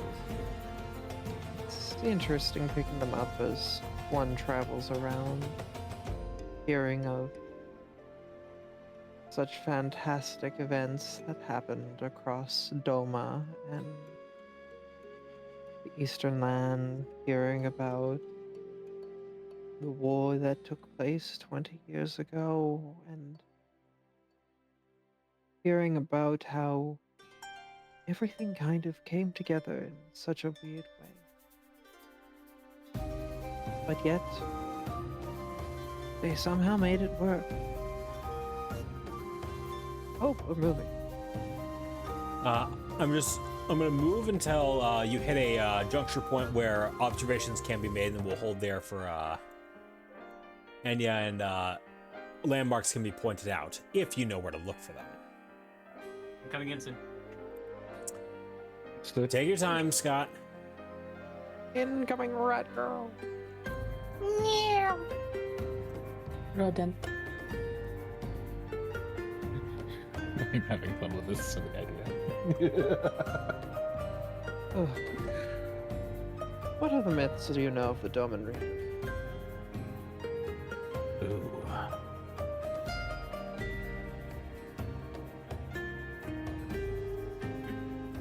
Well, there is the tale, one of the tales my mom used to love telling me about. Oh, we're rotated.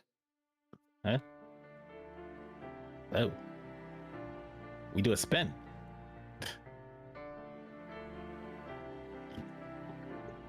Yes, and I've been rotated.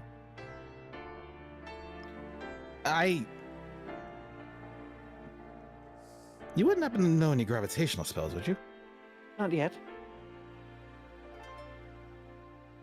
Being the key word, yet. You know what? I take it as this is the will of the kami.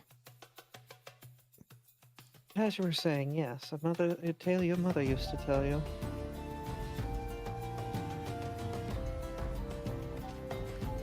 We used to discuss some of the tribes that can be found on Azim Steppe. Have you heard of this place? Yes, those are the lands right outside the, quarters of Doma, correct?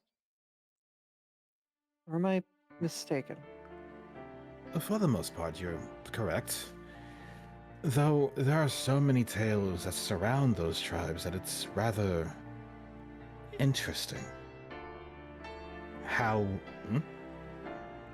I activated Explorer mode, so I'm just helping chat see everything that is now going to be retained in some fashion or another. Understood. There are tribes that are there that I know of one who is a calm fury. That how they have effectively aimed not to aggress, but if aggressed against, those who challenge them have lost. That they would become the ones who were, at least for a time, in charge of the area. And all the tribes listened to them, responded to their whims, despite them not lifting a blade. At least not often. Then Powerful warriors that dare not raise their blade unless aggressed against. Then there's the tribe. And this one I've met, though we keep our distance because obvious reasons. There's a tribe that they love to fight. They love to see the soul burn, but the myth is that they themselves are unkillable. And they use that belief for anyone who dares challenge them to survive the greatest and the worst attacks that may come to them, but still walk off of it. But still walk away from it with nary a care. Oh,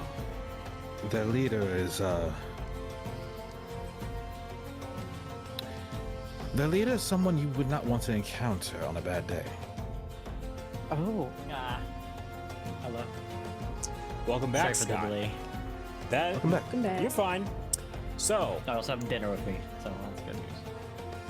dinner's always good.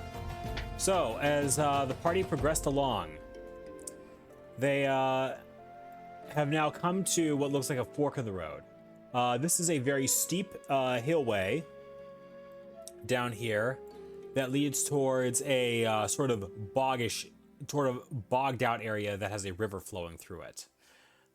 You can see what looks like very old ruins that lead into a hillside and further underground. Unfortunately, the entrance to these ruins have collapsed long ago, and nobody has attempted to maintain it, making any sort of entry into it impossible.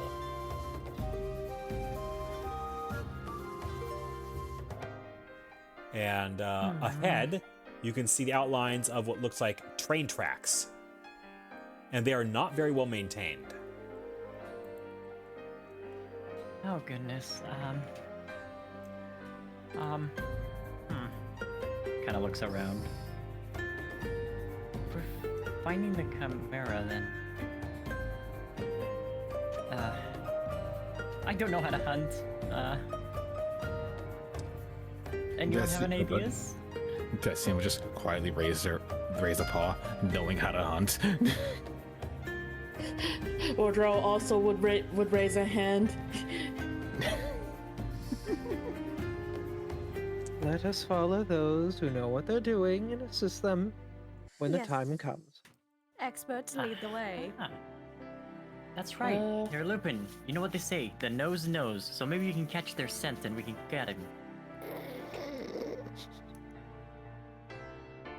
Shall we make perception checks? You are welcome to do so. Perception or unless there's something else better. The only substitute for this that I would allow is knowledge local if any of you actually had any specific tie to Thanalan. Which We all roll perception. Yep. Yes. Oh my god. So, Enya, no! Okay. Yes. hold on. I'm trying to see if I have anything that may boost this even further. Let me also check my stuff. Wardrobe probably doesn't know anything that would be relevant, so I'll just make a flat check. So,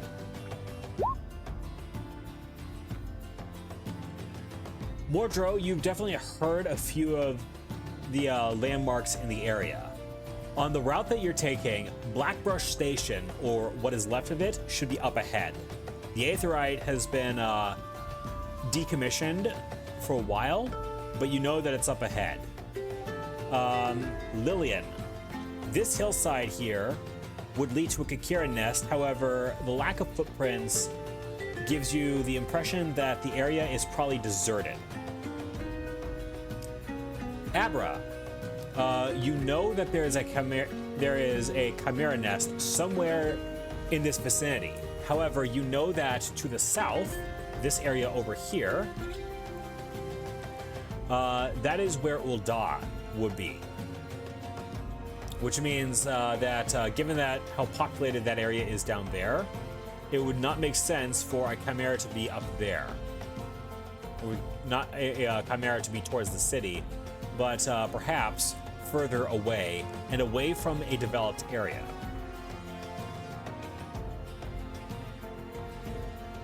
So that was me. Out of character, and I'm sorry about like when you were explaining what Enya saw. I was really enjoying the soup I was eating, and I kind of lost my train of thought. I'm sorry. Damn, that's some good soup. Mom's awesome at soup. Yeah. So, hang on a second. I'm getting a phone call here. What you gotta do? Oh. Yeah, do what you gotta do. We will fill the air.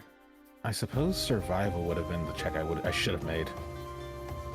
Well, us getting away from Ul'Dah would be a good idea. Not just because Ul'Dah wants to kill us, but also the creature would probably not be settled near the town.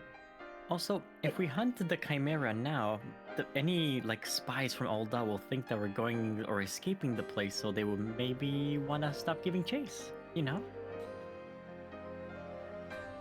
A lot of them did look like common rabble.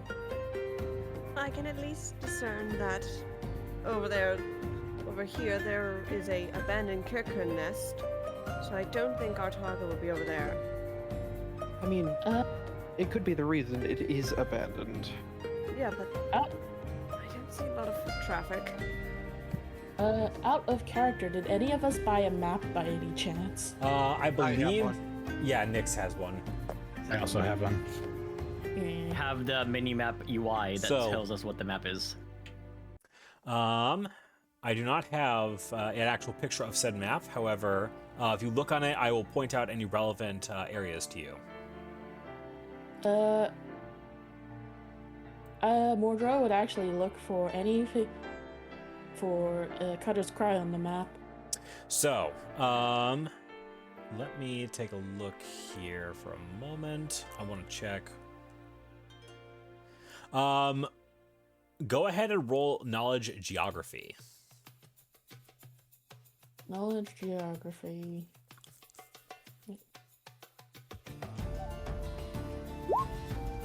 Okay, so Mordro looks at the map and very quickly orients themselves towards their area. Vesper Bay is easy enough to spot. Ul'Dah is easy enough to spot, which between those two landmarks, you're able to triangulate your exact position on the map as Central Thanalan. You also know Blackbrush Station is a ways ahead, but past that, there is what looks like a large hillside area that has the name Cutter's Cry on it, and it would be up here, based on what you're able to see with the map.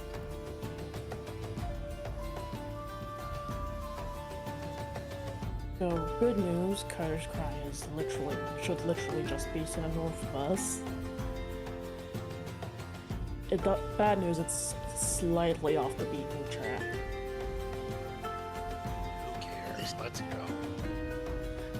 Stick together, stay close, and get ready for a fight. Sounds like a plan.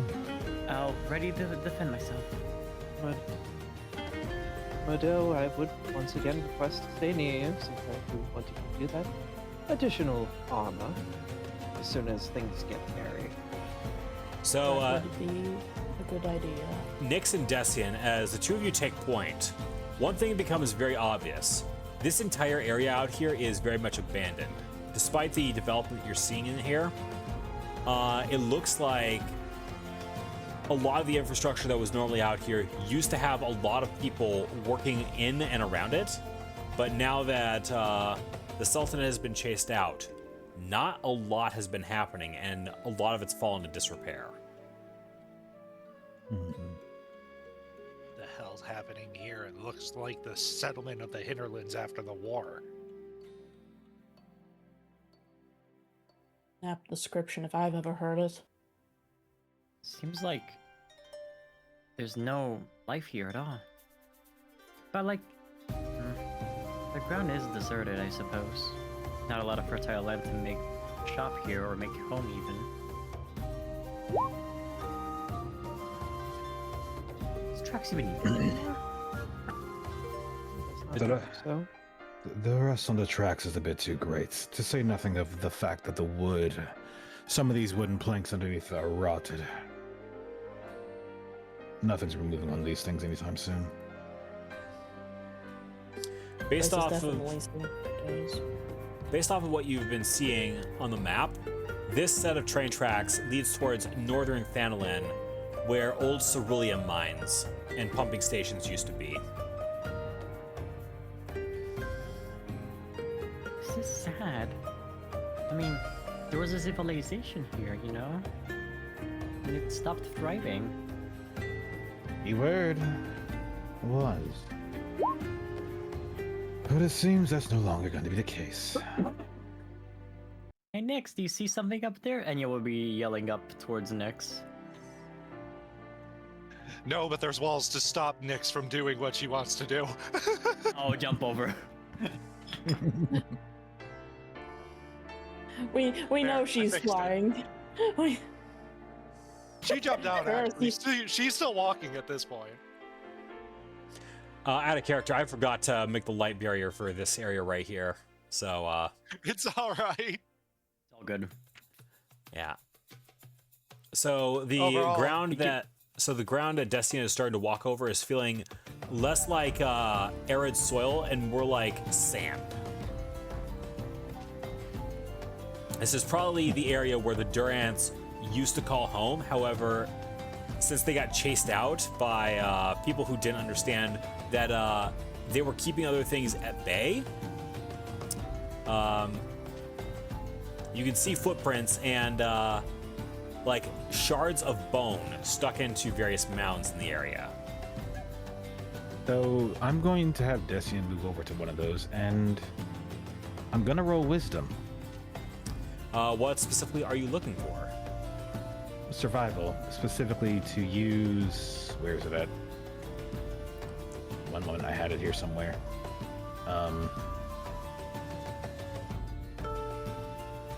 Where's the thing? There's the thing. Scrolling down a bit on this is the last part I need to worry about. Can use the scent ability to follow tracks by smell, making a wisdom or survival check to find or follow a track. So there is no one in your direct area that could be considered a threat. However, the scent that you are picking up is definitely a new one. It's definitely been in the area within the last few hours. And the trail heads this way.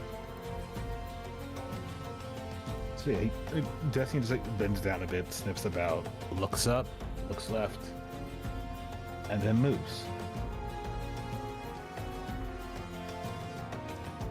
Though as they move, the gun is already pulled out just in case. Anya will pull out her own gunblade as well, I suppose, seeing that everyone's getting armed. Oh, I don't like that. I'm going to summon one of my bunkies if people are doing that shit. You want to know something funny, Bryce? Audrell has scent as well. So, fun fact. If you're moving your token, and the map transitions while you're mid-movement, it crashes roll 20. Oh! That's fun. So That just happened. Lamau, yes, I guess we should keep that in mind for future reference. All right. The inside of the cave. Destian can smell the Chimera comes in and out of here regularly. There are also footprints on the ground going every which way in the cave. So it looks like the party needs to hunt down the Chimera inside its own lair and confront it. I'm just gonna click the button now. I also click the button. Rose, get your little cute butt out here. Enjoy your +4. It is untyped. Enjoy. Thank you. It's very, very helpful. Who's getting mage armor? Modo. I'm Screamshy. Yes, Um, Morty All right. needs it. Anya is going to, I guess, cast guidance on Nyx if she wants it. As seeing I as haven't it doing she- yet. It only lasts a minute. There's no guarantee we're gonna find anything within a minute. Fair enough, actually. She'll do it anyway. It's Okay. the Alright. principle. Players, you now have free movement. I will alert you if you come across anything that requires you to stop. Gotcha. Everybody else go Pat, ahead. pat. Yes, Rose headbutts you right back. So, do I need to roll to narrow down anything based on the fact that I see bone piles here? You don't, and the reason is because there's enough tracks that your nose is kind of saturated. However, you know you're on the right track. Oh, that's Okay. a dead thing. I asked because I see 3 paths. Some of these paths do loop around to each other, so just keep on going, and I will alert you if you're going in circles. Understood. What's the skeleton? That's just like straight human skeletons, right? Those can be like the skeletons of various animals that have been dragged in here. Oh, so not humans. Got it. Placeholder beast skeleton. That's a dead thing. So Destiny would continue moving, but before finding a place to crouch down and stop. Oh, And then dear. he glanced back to Marjo and just said, "You have to forgive me. I realize that you should be the one to be moving in front of me, not vice versa." You just see Mordro give a silent nod as he shuffles a little bit forward. So, The scent isn't too difficult to track, though. Thanks. the scent definitely takes you through the room. There's a few ways this can go. The scent is present but faint if you go this way. It is easier. It goes this way as well, but the path is also wider. When you say this way or this way, which ways are you referring to? I don't see anything. Hang on a second. Yeah. Let me go ahead and just yoink y'all. So it is present here, but it's weaker. There is the other option of going this way. The pathway is wider.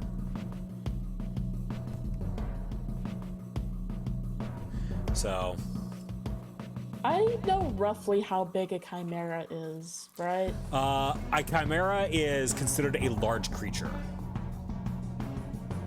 So Like, pretty stinking big. pretty stinking big, which means pretty stinking big path is likely where it went through.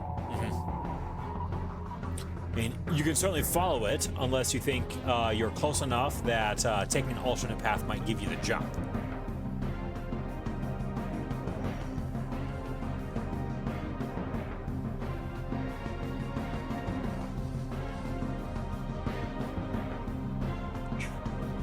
The trail is stale, but it's definitely been here. And these particular corpses, they've been here for a few days. Wait a minute, I see something. Oh dear. None of these are fresh enough to smell. In case you're wondering, Scott. Yeah, no, she was like getting worried about the paths diverging, and then we're back together. Yes. Good. Nix, you have found what looks like a small box, likely from a caravan that got raided, and something got brought in here through some very convoluted chain of events. But it is unbroken and ready for you to get into if that is what you want to do. She's gonna kick it open like Ganondorf from Hyrule Warriors. Common item. You found an ether. Oh, heck yeah. This is Hey, that girl. Rat girl, he's calling for you, not me. Why does everyone keep calling me rat I said girl? cat girl, but Oh, cat Oh, girl. never mind. I'm the one being Calling you out, you Yes. little shite. Witch cat girl. Dang it, Aura.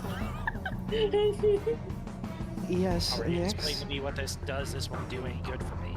If you have any ability to hold Aether and use it for spellcraft, then it's useful. I don't believe you do have that ability. So I can take it off your hands and hand it to Enya or Lillian or anyone else who wishes. Just pagan. Oh, okay. Well, then I will be adding it to my inventory for the time being. All right, the party is clear to proceed. This area in here does lead to a dead end. The scent does not exist past here. Doesn't seem like anything's over here aside from this. How did that chest get all the way here? Looks like it was dropped. I don't think it was intentional. Yeah, I don't think the Chimera has any sort of wardrobe to worry about. So, Destiny kind of stops and looks between two areas before choosing to look at the others and just say, "Can someone join me? I'm curious." What kind of curious? The scent is over here, but it's faint. Compared to where the beast probably is, which most likely they're that way. I feel that there may be a chance that we can get something of a drop on them.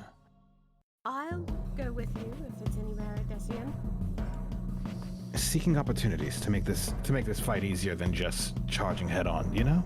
Yes, I would like to be there in case the situation gets dicey and you need a pickup. Of course. Just to confirm straight, Yes. is it this way or this way? This way and this way both end up joining towards the same area. This is a different path. Okay.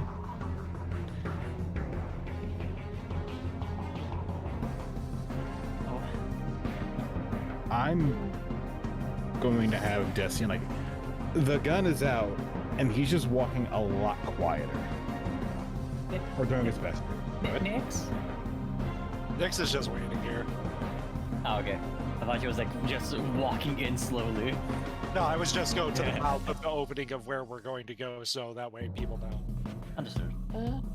Straight. Do I happen to see any tracks in this immediate area that might give me a direction where the Chimera might have gone? So you can see Chimera tracks here, going in and out of this area. I'm going to actually use my scent stuff. Specifically, I'm gonna make a survival check to try and track it by scent. It's probably not gonna be enough, but I may as well try. DC usually 10. Yeah, so your knowledge of the Chimera and your understanding has it going up this way. You see only a few tracks going this way and even more in this area right here. Straight, I didn't see anything Okay. other than when you said this way. Okay. Yeah. So the path that you're following goes up this way. There's a few tracks going this way and even more going that way. Uh-oh. I'm gonna roll for something. Cool beans. Alright. Okay. Inya's gonna... Her ears are gonna perk up as she starts walking this way. Slowly. Being careful. The dead things. Yeah. Oh, I see. 1 second, I'm gonna make sure the rat doesn't get into trouble. Please do. Looks at it like a little gleefully. It's Careful another now. it's another box similar to what Nyx found earlier. You startled me. So sorry. Go ahead, open it, but just be careful. Poke your eye around the corner before you go past. You don't want us. We're already split enough as it is. Last thing I want to do is pull the attention of something that doesn't need it. Oh, it's safe. Ooh, wait. She kind of like breathes in a bit. Oh, I don't think I've ever seen a chest of this up close before. It looks like just another Okay. merchant crate similar to what Nyx found. Okay, it's a crate. Is this what a? I mean, I wonder what's inside. Kind of like taps the top a bit. It's definitely hollow on the inside, but it's not completely empty. Go ahead, do what every adventurer has a craving to do, and open up the treasure. Oh, it's so exciting. Is this how it feels every time? I don't know, I haven't done it yet. I don't think I You've have. never opened the box before, but you're an adventurer. Don't worry. I leave Nyx to opening boxes. Just Oh, I get see. on with it! She opens the box. Oh, Go ahead and roll a D300 plus 100. Oh, okay, that's not the roll. I was scared. Okay, The funny command that does not like having words or letters in it. that makes I sense. love how out of the 50-50 chance of Nick's getting the chest with Gil, she once again misses a Gil opportunity. Oh, So, it's so much money. Well, for a little box. let's see.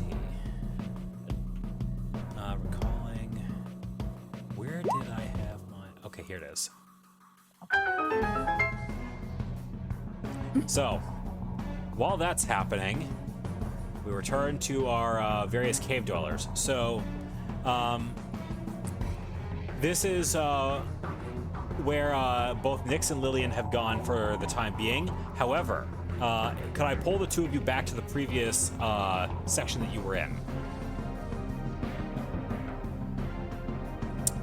Decian and Lillian. Okay. Oh, sure. So, between these two routes, this one looped back to the area that was present and that you had previously smelt out with Nyx as having the stronger scent. However, you also feel the scent starting to get stronger down this path here.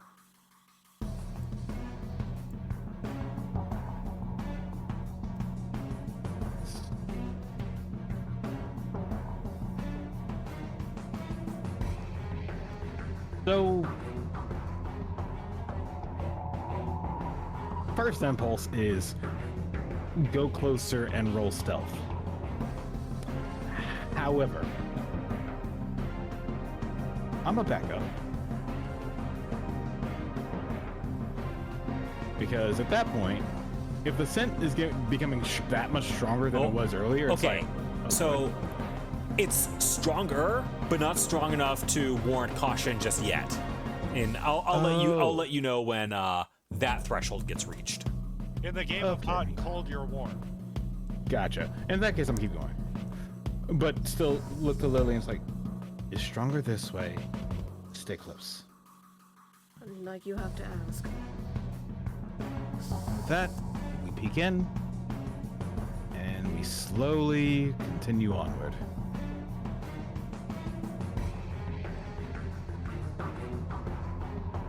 So you definitely notice the scent becoming more refined this way than it does this way. Interesting.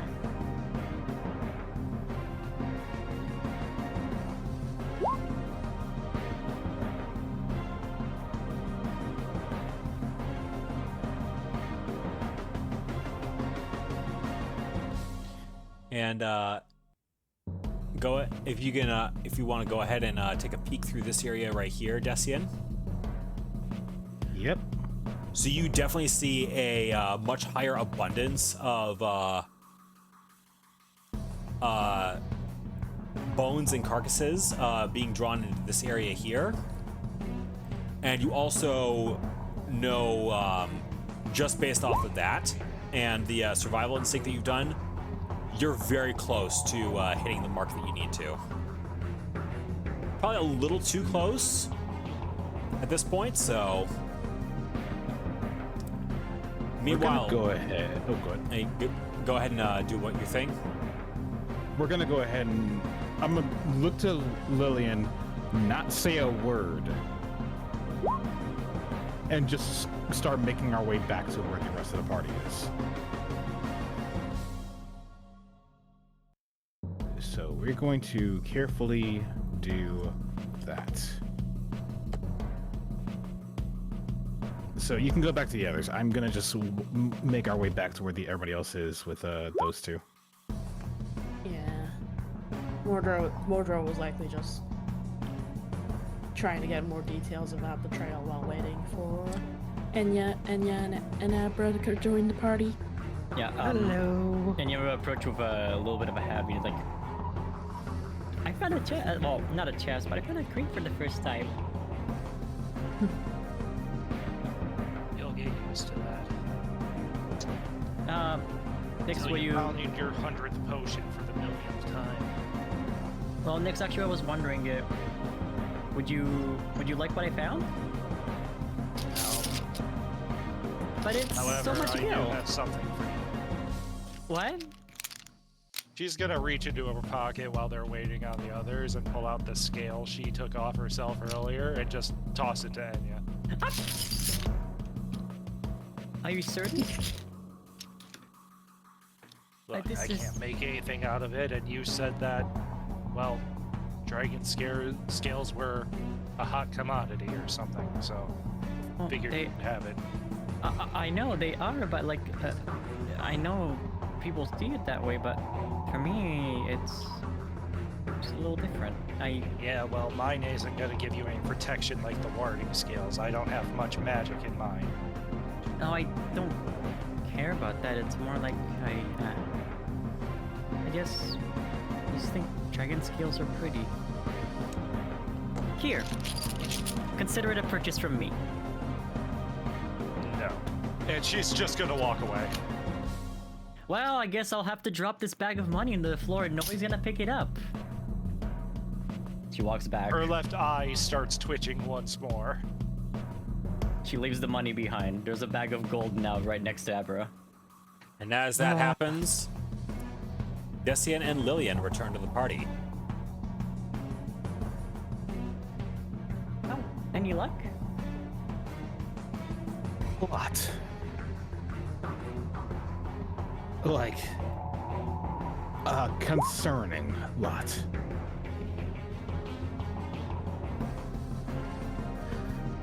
Excuse me, we have to do this. I'm pretty sure we found the lair. Oh, that's great news.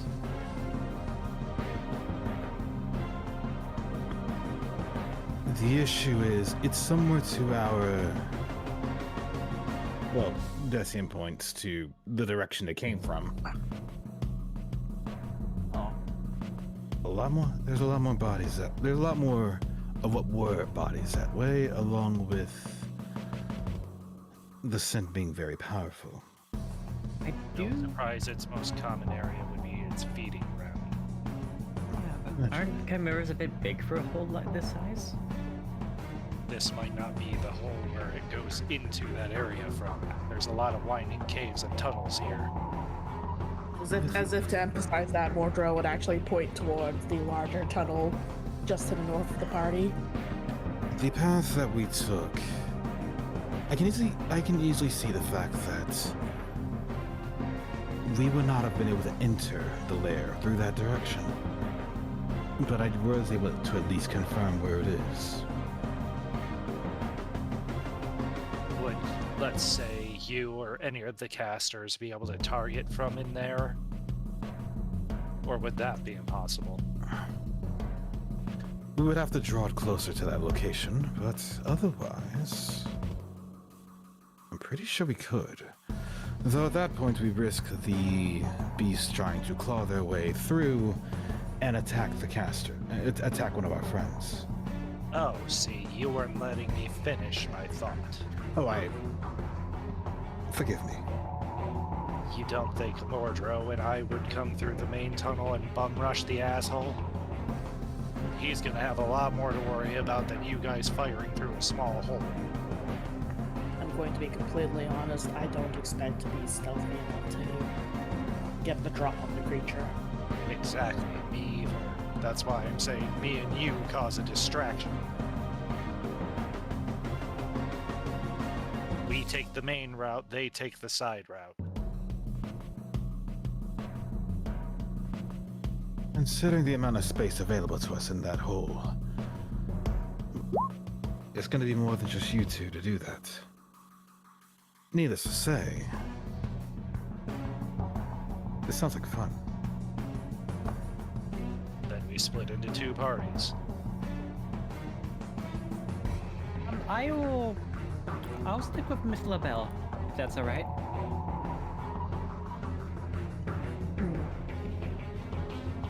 Not obliged to this. Then what do you want to do, Miss Lavelle? Would you rather go into the network that we went to a moment ago, or follow along with the other two? I think us going through that network with Enya in tow would probably be a good idea. Very well. Then Avera. Yes. Why don't you go with Lillian and Enya? Yes. If something goes awry, I can try to assist in ensuring they get out safe as well. I'll do my best to block the path to where he has to go through me to get to you. Simple as that. Then I will keep you both as capable in fighting as possible and assist as I can. Abra, when you look at Enya and Lillian, you will notice that Enya was like whispering something to Miss Lillian, showing her something, but then she kind of hides it away. I'm gonna lock that Yeah. mechanic yet. Are you two ready? Yes, we're I ready. am. All right, Let us make haste. players, proceed. All right. Good. You're gonna need a little bit of manual token move because some of these corridors are a little tight, as a fair warning out of character. Enough. Cool if I roll stealth. You may roll stealth if that is your prerogative. I am trying to be as quiet as possible. Enya will try to be as quiet as possible as well. Lillian, That's That- not a great roll. it could have been worse. Okay, Nyx, I want you to stop right there. Yep. Make a fortitude saving throw. Is this a trap? Of a sort, yes. I have danger sense. You would probably notice that because of the beast here, that a number of bones are scattered in this area. A number of very sharp bones. Buried into the Alright, sand are a bunch of teeth.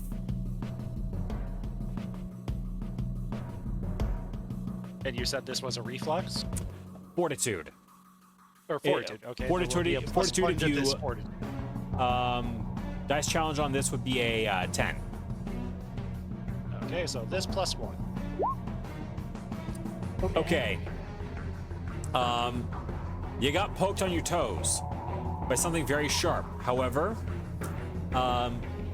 you were based on the placement of your feet, just when you felt this particular prick hit them, you were able to stop it from going any further in, and resulting in you yelling in pain, which would have reverberated off of these walls and alerted the Chimera to your presence.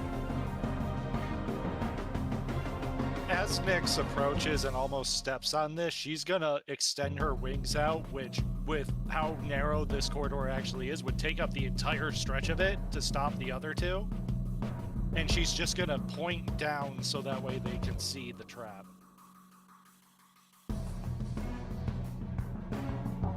Yeah, I see if- imagine. I'm gonna go ahead and highlight the specific instances of where these traps were. So we have the one there. We have one here, here, and here.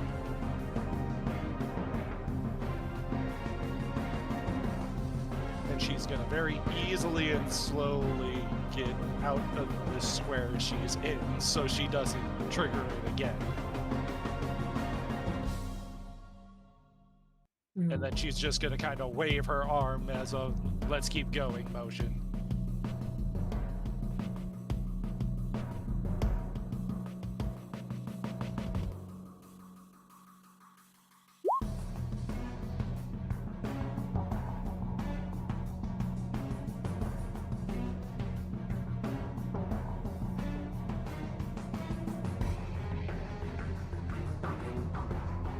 Man, these are cramped out of character. Yeah. I know, right? Nope. Oh, sorry. hello. It's okay. Seems it didn't matter about the split up anyway. It could have been relevant to be better. Hey, more we get this one. Decian would. Oh no. Decian would go down to. Help! I'm stuck. How is the rat the one that gets stuck? Sorry. I'm sorry. I'm. The rat may be thick, I guess. Damn, I knows? can't believe the Burmesian is dummy thick. Like I was able to get out. What happened? As the Where am I GM, I can. Okay, where are you trying to go? There. Okay, I did it. I was going to try. Yeah, no, trying to get to the. It's a little tricky on the move. That's why I said manual movement is required, Scott. Out of So the character. party has reunited. Yeah, now that we're here, seeing that there is a giant ass skeleton right next to the chest, I'm gonna do a perception check. This Hey. is a much older corpse compared to the others.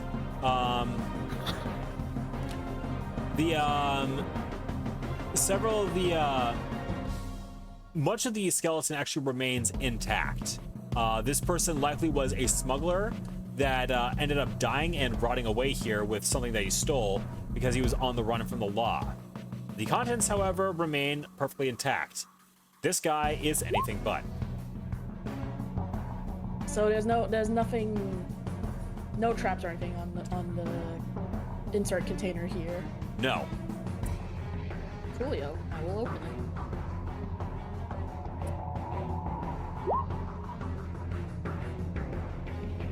More Gil. Money. Never deny Gil. Gil's always good. Gil is always good. I'll add that to my bank.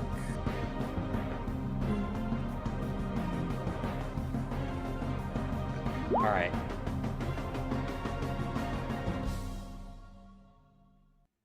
You just see Mordro like reach in, grab a small pouch of Gil, pocket it for later.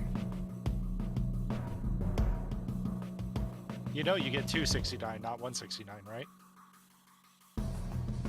I will add an extra. I forgot. I fucked up the number.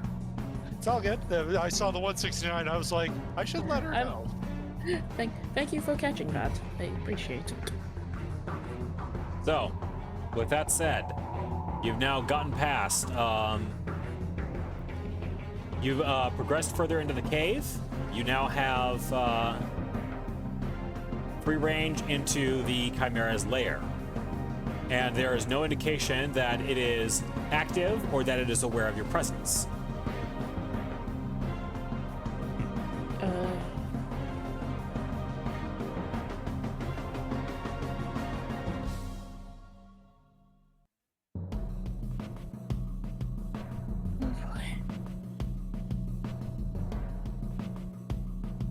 Sneak. Together now. You're coming, Decian? Decian was considering what Lillian said before just giving a shrug and moving along. Oh, is that over there? Points out the several traps. Those are traps. Well, specifically, those are skeletal teeth that are buried in the sand from a creature who made a very grisly end. Oh, so they're not actually like set up traps. No, they are just very, haphazard. very inconveniently placed natural caltrops. Yours is Another right. one.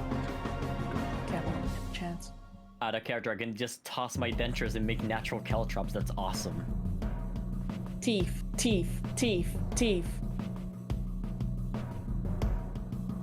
I had a kobold eating teeth once.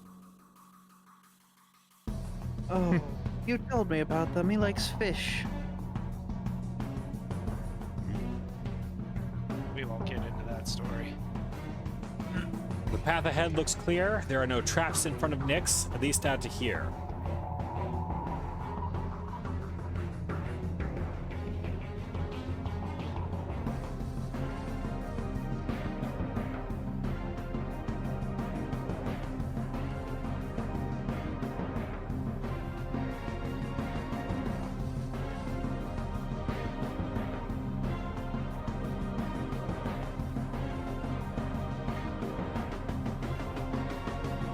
Target spotted. Nyx can see the Chimera that with the lion is currently asleep. However, while the lion's head is asleep, the ram's head is not. It locks eyes with Nyx. Its red eyes flash with a menacing glow. And the Chimera stands up, with the lion blinking itself awake and gnashing its teeth with a menacing fury that only a beast such as a Chimera could. Yes, guidance on next.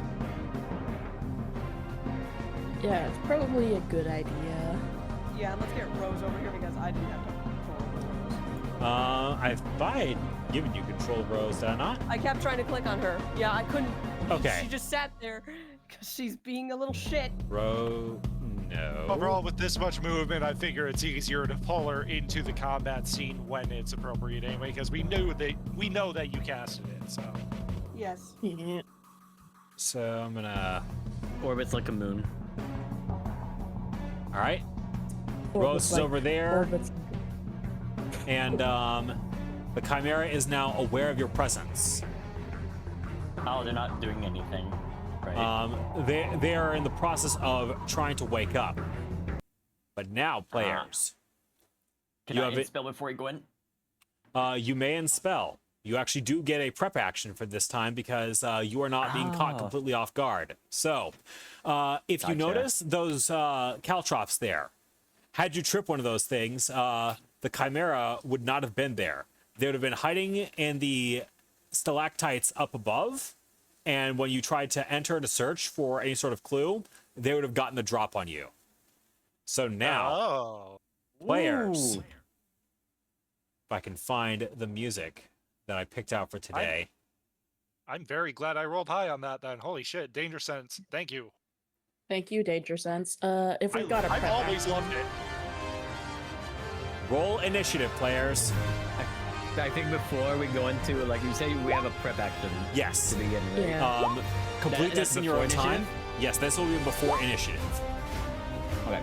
Yeah, I've got one thing I want to do. When we're all grouped together, I'm gonna pop a use of shared A offense. swift action. Just gonna have any of this up here. I'm going to make multi-knees. Should I just do it now? Can I do my dragon form Yes. as a prep action? Then I'm just doing it. Heck yeah. There's a second. Well, if you're going to do that, as soon as you do that, I'm going to give Nyx a regen at the start. Thank you. That's my prep action. Always prepare the tank. My charisma equal to my charisma modifier. That is 2. Everyone gets a +1 profane bonus to their attack and damage rolls for 2 rounds. All right.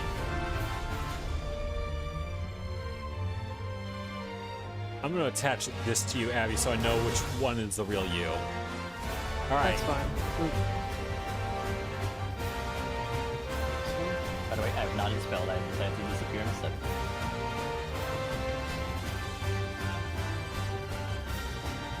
To be fair, with you being high on initiative and with it being just like in the middle, kinda makes sense because you're gonna want to get into position. Exactly.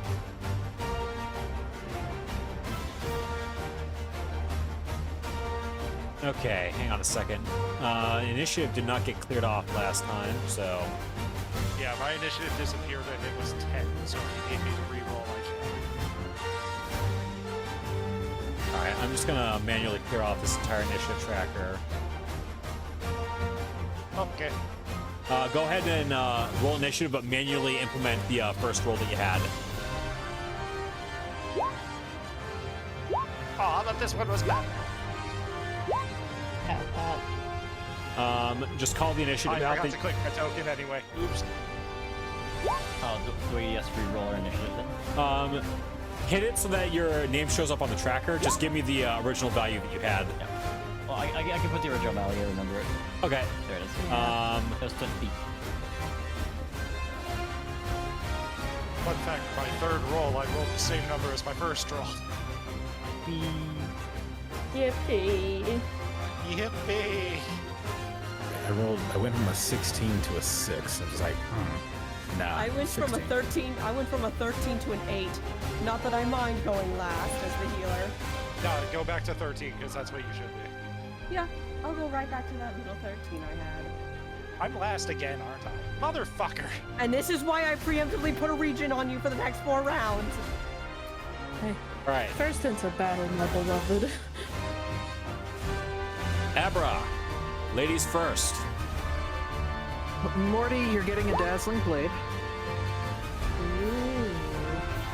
So, you'll get a charge that basically your blade will be dazzled. If you do any bluff stuff with it, you get a bonus to it. You also get a +1 incompetence bonus to all CMB checks made to disarm a foe. +1 competence bonus to CMB to make, to blah blah blah blah blah blah blah. But the other thing is, the wielder of Dazzling with Blade spell, so you can choose to discharge the spell in a blinding burst of silvery light as a free action. The wielder selects an adjacent opponent as the focal point of the burst of light, and that creature must make a will save against my DC of 15 to avoid being blinded for 1 round. With a successful save, the creature is instead dazzled for 1 round. That is insanely good with Morty's very specific kit. Get him, champ. I've got 30 feet of movement, so I am going to 15, and then I will move over here, and then my clones will start to run in and fan out in various directions. Are we free to move through our allies, essentially? Yes. Okay, cool. Yeah, it's Gloomhaven rules. Alright. That is, oh yeah, I still have my normal action too. I'm just gonna shoot an arrow at the man. It's a 13. Oh, wait. You said that, but we don't know if this chimera is female, male, or like 1/3 female or 2/3 female. We don't know. This is fact. They, them. It would be hitting with a 14 with a damage of 10 because of Morty's bonus. All right. So let's see. That. What did you say the total damage was? It would be a damage of 10 on an attack of 14. Okay, let me double check touch on this guy. That is a hit. So Okay. damage of 10. It is actually going to be taking 5 damage. Okay, your direct blast of wind of your opponent requires a ranged touch attack roll, blah blah blah blah blah blah blah. So this has a 1.6 wins of wind damage plus my casting modifier, plus 1 point for casting level, includes a squalled status effect for 1, so I need a reflex save from them. And this is, they will fail, so they will get the squalled condition. Hurricane winds will blah blah blah blah blah blah blah. Hurricane's winds circle around the feature, pushing it back and making it difficult to hear themselves in the squall. Squalled creatures suffer a 10% spell failure for all spells with somatic or verbal components, automatically fail perception checks based on sound, and suffer a cumulative -1 penalty to attacks made within a round. First attack is -1, second is -2, etc., etc. Earth spells and effects remove this status effect. All right. So that will stick for 1d4 rounds. 1 round, but hey, it's 1 round. The over around is kind of important to Eva. Yep. Scott's turn. Okay, Enya, it is your turn. Yep. Anya's gonna run in.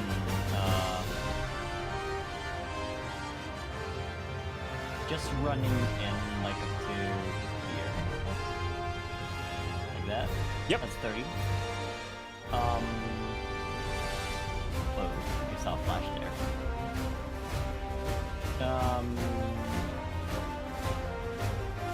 She is going to then prepare her end spell. It's not an attack, so I wouldn't lose Vanish or anything like that. Okay. Actually, I want to be like here-ish. That's still the same movement.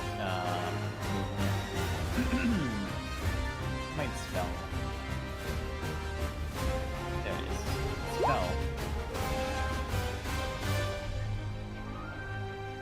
All right. So you are. Touch her blade, her fan grip, and they will cause some electricity as well, which surprises her quite a bit. As she remembers she had the materia slotted on her gun. And she kind of like smiles a bit looking at the magic course within the blade. Okay. And that's your turn? That's gonna be her turn for now. I know she has a standard action still. Actually, since she still has like a standard action, she can like, I want her to walk up to here, so she's like near the middle. Yeah, with his standard action, you can burn that for a second movement. Yeah, Okay. it's up to there. Mordreau, it is your turn. Yeah, just give me a second to...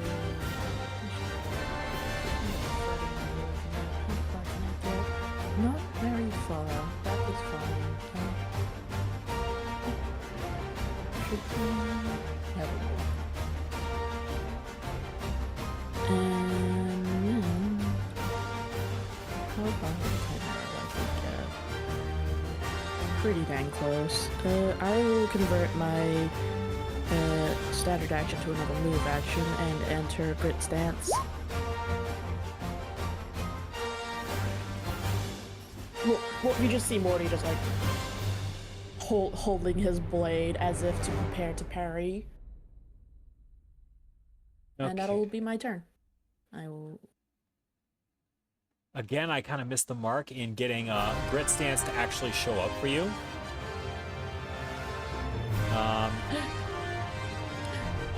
Either way, let's see, what's my measuring tool? The Chimera is going to rush forward, its eyes locked to Morty, and bringing its tail up. And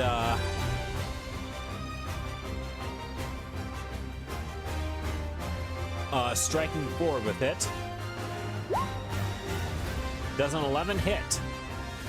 Nope. All right, so Clang. clang. That is going to be Chimera's present movement. However, I'm going to leave you all with one little bit of PTSD. Oh no.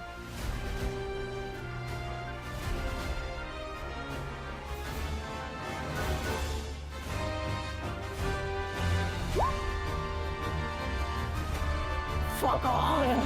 Fuck off! Darling sweetie, love of my life. How fucking dare you? My immediately activated my mentor brain. I always forget, is it Ram's eyes you go in? That's the ice one or the... Giga, if I may say this out of character, things I say to the little babblers that I have to go through this so many fucking times. Purple, come close. Blue, avoid. In character, can I have like Enya like roll for like something to know if this is the case from Papa's teachings? Absolutely. Go ahead and roll history again. Gotcha. I'm gonna fail this one, am I? Guys be nice? Not quite No? as nice. Not quite as nice, but nice enough. So, you know from your study of the Alakan Empire that specifically with the Chimera, it had a number of abilities, specifically abilities not just with poison, thanks to the scorpion tail, but with ice and lightning. The ice abilities had a little difficulty getting far out, but lightning had a very significant reach. Yet, one of the ways that it mitigated that damage of lightning to itself is that the lightning couldn't affect the immediate area around it. So if you understand from a scientific space how it works, the medium that acts as a resistor to lightning essentially contracts around the Chimera, forming a sort of protective bubble around it while the energy is dispersed elsewhere. So you boy. don't know how close you need to be. You just know like staying far away is not going to help. Yeah. But now comes the issue in character of like, do I communicate this to my party or do I like rush in invisible and have an opportunity against the Chimera?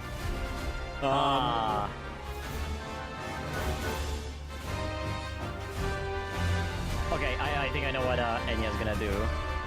At this knowledge, Enya's It'll gonna. say, Scott, in most cases, talking is a free action. It is. I know.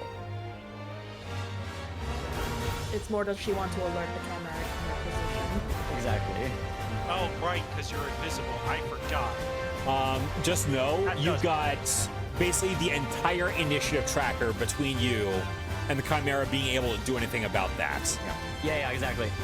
And Also, Enya doesn't consider himself an adventurer, so she's just gonna shout it out. all right. Yeah. Everyone, go! Get as close to the Chimera as possible. Get as near as you can.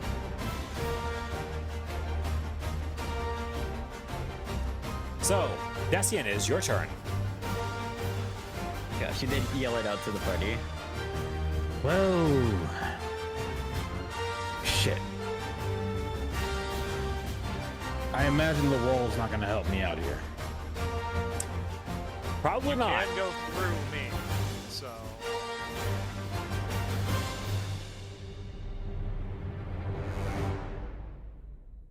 You can go through the Durg. What's your movement? 30? Yeah. Wait, why does my sheet say 40? I have 40 movement. You have 40 movement? You have 40 movement. 40 movement. Oh, hey, high five you. 40 movement. Lupins, Squad, right? Lupins are heckin' big. They zoom me. I also have Well. 40 movement. I guess we're doing this now. Even if that wasn't the case, y'all have free movement up until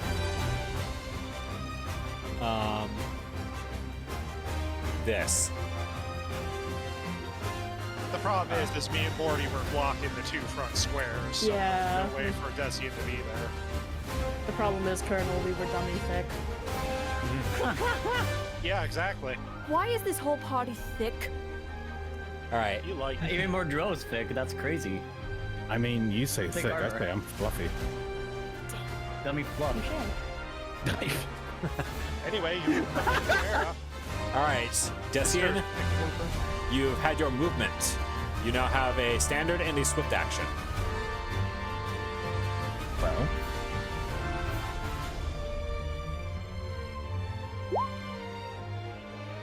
bang. Let's Oh see. god, that's max damage. Yeah. Hi, Harris came out to play. And that is a hit.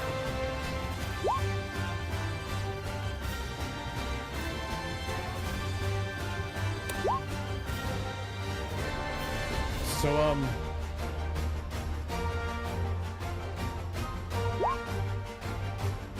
literally as Destiny moves up, hearing Enya's warning, the pistol was already drawn. It's just a matter of getting as close as they could. In that motion, tap of the gun on the side, tap of the gun on the base, and the moment he gets close enough, the gun goes off and it strikes square towards the lion's head. That being said, I am unsure if I have anything I can do aside from, well, that.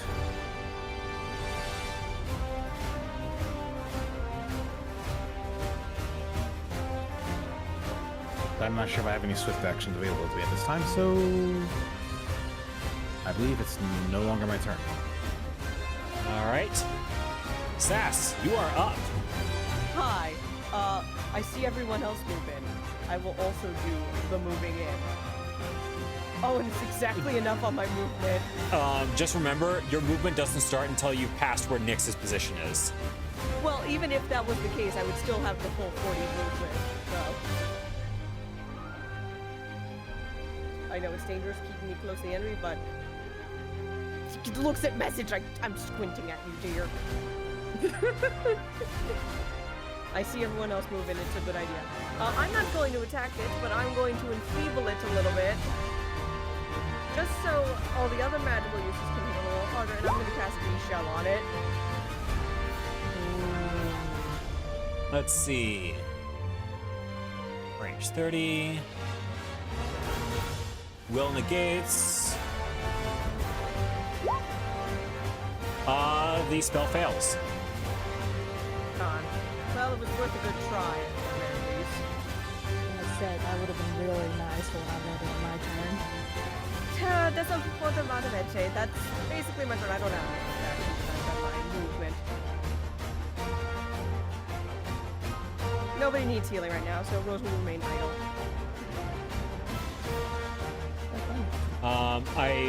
Let's see. Lillian is now done with her turn, which means Nyx, you are up.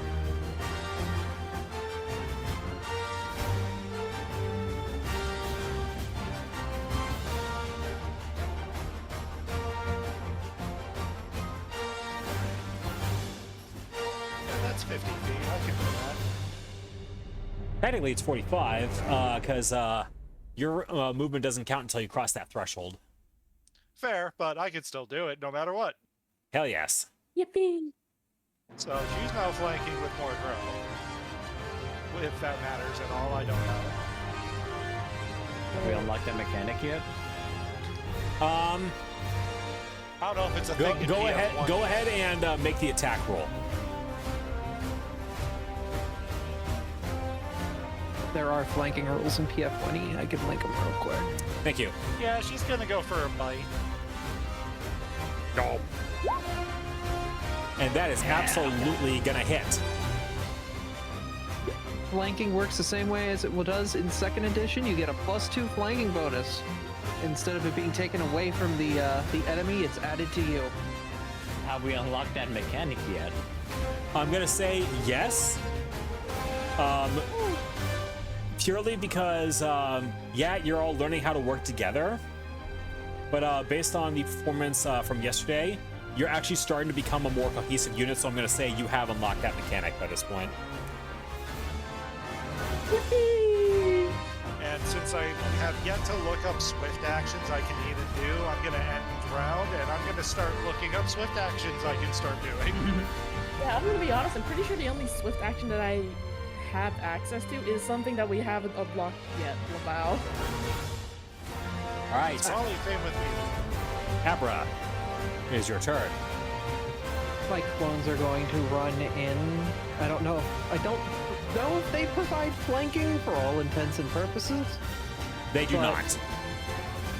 Yeah, they do not, but I'm here, and I'm here to mess with this thing. So, what to do? Should I spend a point of brilliance here on the rough sketch and see if I can hit it with a...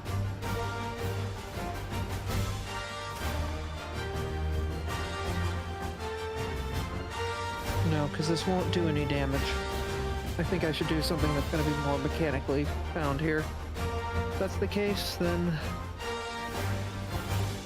let's hit this with a bit of a splash of color. A vivid cone of flashing color springs forth from my hand, causing creatures to become stunned, perhaps blinded, or possibly knocking them unconscious. Each creature within the cone is affected according to its HD. I'm gonna have basically, as my clones are running in, and throw the splash of color directly into its eyes. Can I have it make a will DC 15? Just a point shy.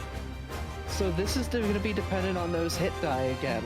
If it has 2 or less hit die, it is unconscious, blinded, stunned for 2d4 rounds, then blinded and stunned for 1d4 rounds, then stunned for 1 round.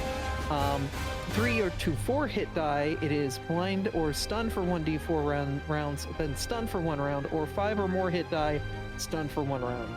Seeing as this is a boss, it's probably stunned for 1 round. But a stun is a stun. A stun is a stun, so it is stunned. Ooh, okay. Doesn't mean 5 hit die. And I will also use a swift action to put the brilliant weapon on Eris as well. Oh. So now you can do that too.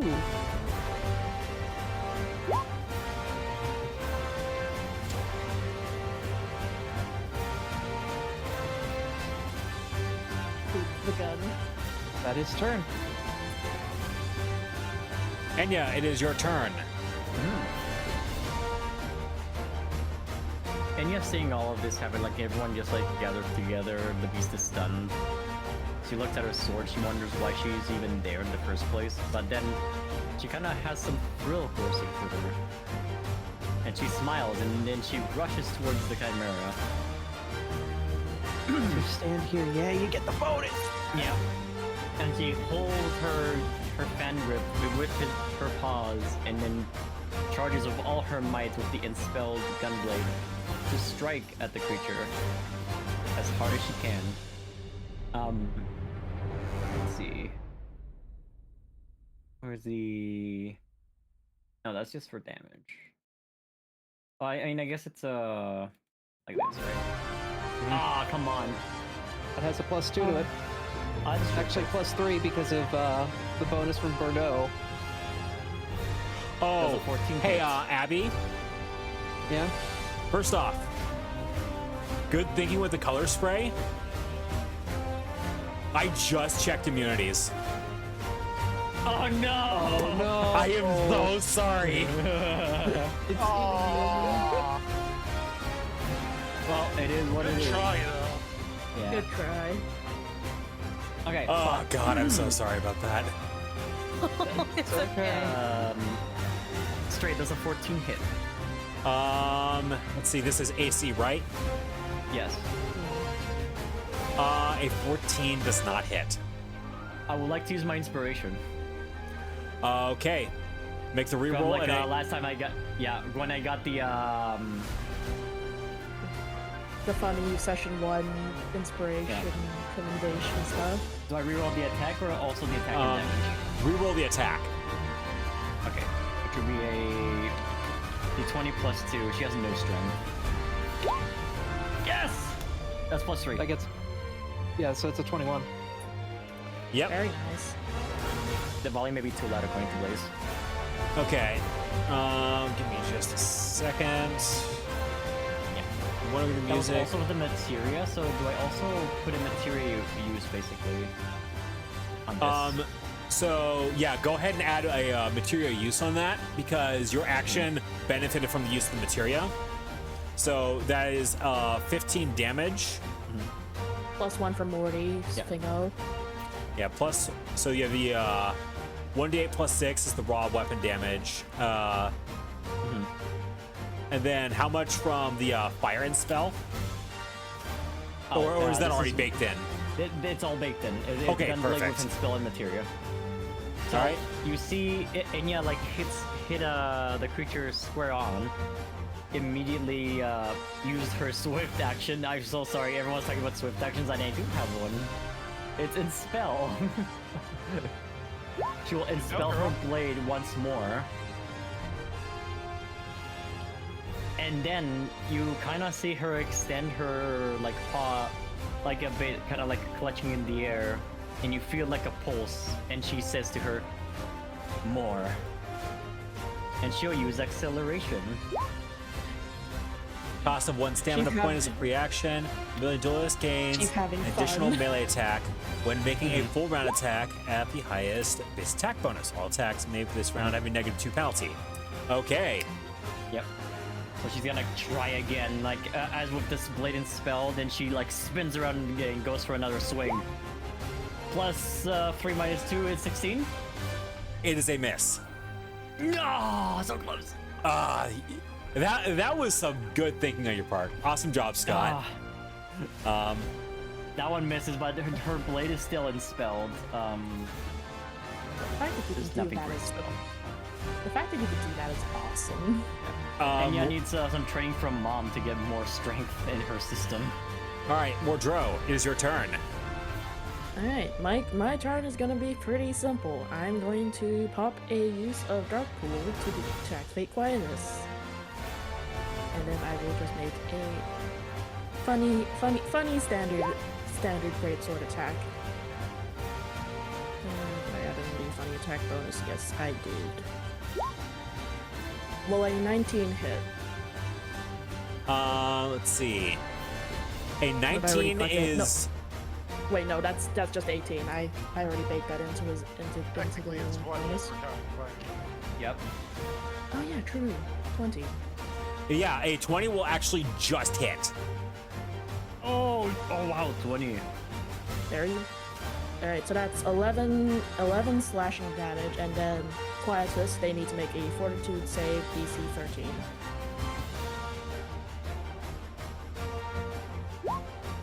And it saves. Yeah, it's fine. So, And that'll be Morty's turn. Chimera now resolves their most recent attack.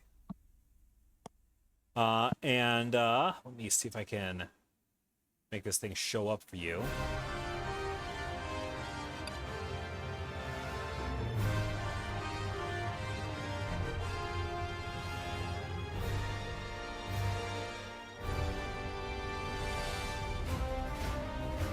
That's probably, the yellow zone is probably too big.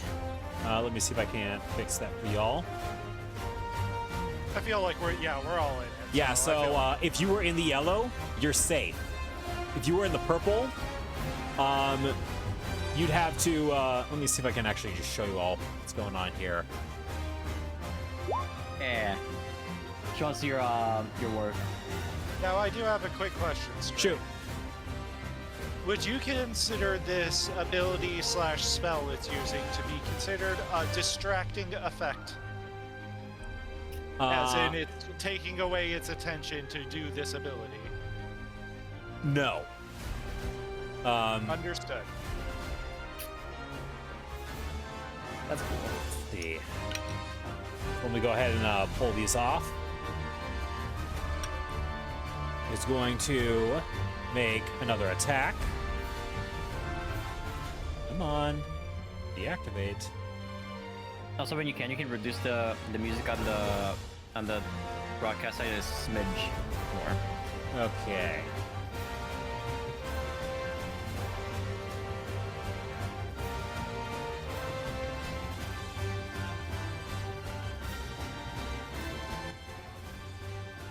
There we go. Yeah.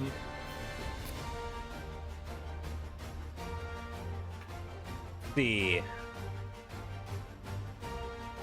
Chimera is going to spin around and is going to try and bite back at Nyx for this. That barely hits. Oh, Hey, you have guidance. Even with the mage armor? I wasn't mage armor. Wait, It you was aren't mage That Mordreau. was me that got mage armored. Apologies. Wait, does guidance help with this? I don't think it does actually. No, it doesn't. yeah, it doesn't. So the bite hits. Right. And then, last but not least, hey Sass, you know how I got you to groan with when I made the ram's eyes turn purple? Someone's eyes are gonna turn a different color, I think. Nope, something even worse.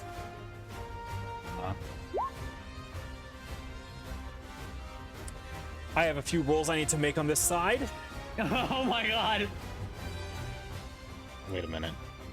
Read the effect carefully if you have any questions.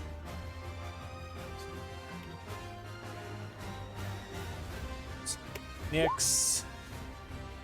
That's That's Awesome. unfortunate, actually. All right, Lillian. You said you wanted to be the healer, right? This is why I slapped a regen on you! Yeah, I'm gonna need more than that. hey, this one. One. Come on. Work with me here.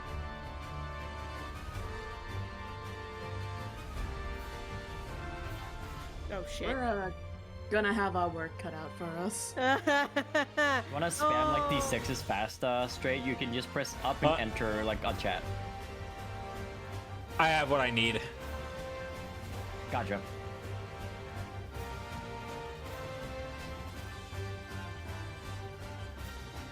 This is exciting. I like this. This is awesome. Okay. See the number? Okay. That's So, to explain what's about to happen, whoever has the lowest number, this guy, the Chimera, is going to leap towards and is going to hit with a point-blank AoE. And if it hits one person, the dice check is a 30. If it hits two, the damage is spread between those two people, and the dice check is only 10. And when you get hit with that, you get a physical damage vulnerability up for 2 turns. Do with that information what you will. Yes, Bryce, I am not sorry at all. If I had a nickel for every time we've dealt with a limit cut in a TTRPG setting, I'd have several. Can I roll skill of Enya again to see if she knows what's happening? Go ahead and roll. And in fact, wow. Never mind, I slept for that curse. let's see. Lillian, would you like to make the roll on this? I can definitely try. Let's see, let me go down to, let's see, knowledge, history. Can you describe what this Oh god, my rolls are shit today. Can you describe... Sorry, could you describe it to us what this kind of like looks like on the Chimera side?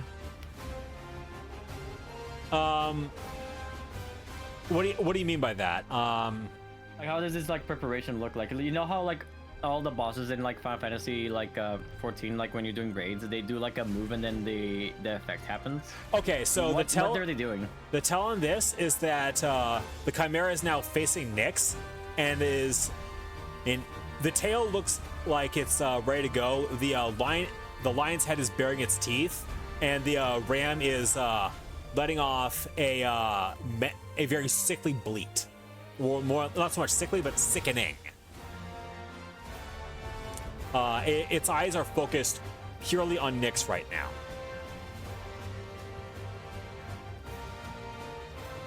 So.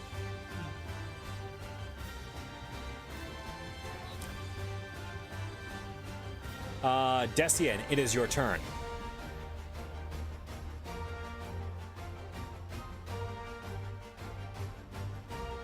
Huh.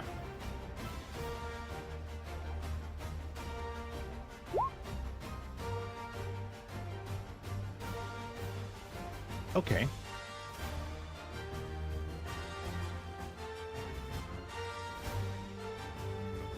Is there anything I can I roll survival to get a better sense of what's going on here? Yes. Go ahead and roll survival. Cool. And if you can't think of the words in character to communicate what you would want to say in character, just go ahead and describe it and I'll consider that acceptable. So, you've seen this kind of maneuver before with more advanced creatures that your mother has actually taken you with her to hunt.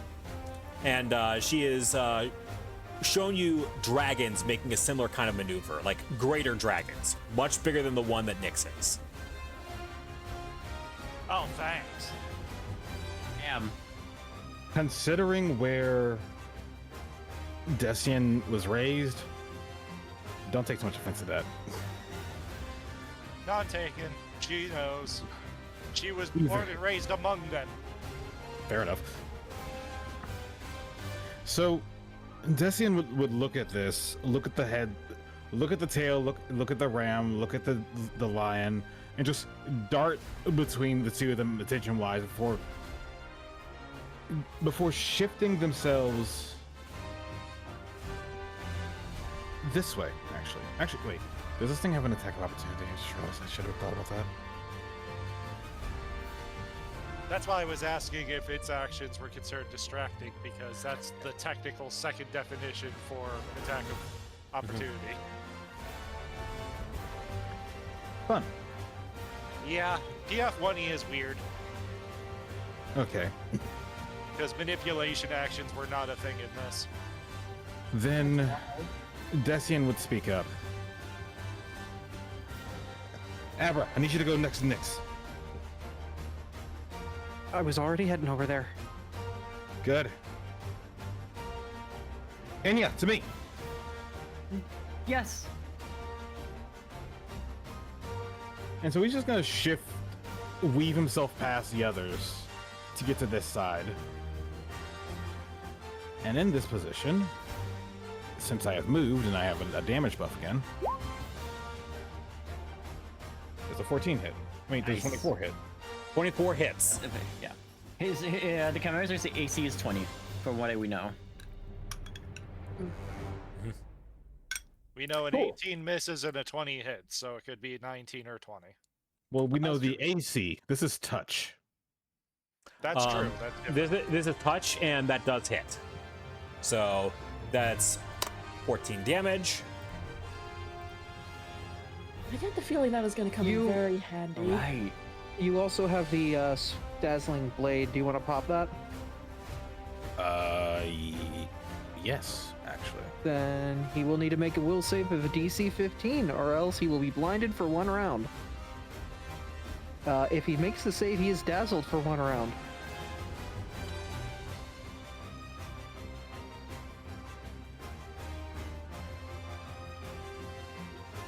I really did just hit this man with a golden gun. Okay, you said DC what? 15 will.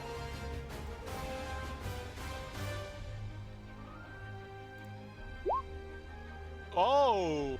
Very So nice. he will become Hang on a blinded for second. 1 round. That number is not correct. Let's see. That's a 9. That's supposed to be a 13. Okay, never mind. The check still fails. So he's blinded. Blinded. Yeah, As long as blinded he's in not PF immune to blind. Exactly. Blind- He's not immune, right? I'm sorry. I'm sorry, Abby. It's fine. So blinded in PF1E, the creature cannot see. It takes a -2 penalty to armor class, loses dexterity bonus to AC if it has any, takes a -4 penalty on most strength and dex-based skill checks on opposed perception checks. All skill checks and activities that rely on vision, such as reading perception checks, automatically fail. All opponents are considered to have total concealment, a 50% miss chance against a blinded character. Blinded characters must make a DC 10 acrobatic skill check to move faster than half speed. Creatures that fail this check are prone. What the Blinded sucks. Wow! Yeah, blinded sucks. I am subtly grateful that Morty's effect doesn't really have to worry about that as much. I'm over here like, the more you went, I just like slowly just turned my head towards the mics like, I'm sorry? Welcome to Pathfinder First Edition. This isn't even the worst of my powers.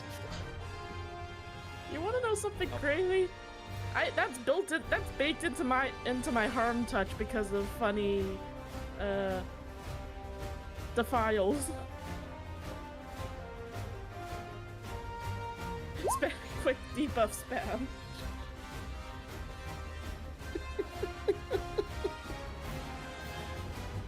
Oh, All right. I don't know if you can like zoom in slightly to the fight. It's a little far away in the view, Yeah. from what I see. I'm sorry. Okay. Sorry, straight. We're just Okay. bullying the Chimera at this point. That works, yeah. Okay, that's Decian's turn. I have moved. I have fired. I am in position for Enya to come over to me. So yes, I believe that is all I can do. Out of character, where do you want me to stand, actually? Either here. It's somewhere in I somewhere. can- Let me be in front, basically. I can move my girl out of the way as well if you want to be like up here. Fair, Yeah. but I would say try to definitely- minimize splash damage from the centers. Okay. Because we don't know how big the attack is. If he literally dives bomb on top, you could get hit. Then I will take a step back.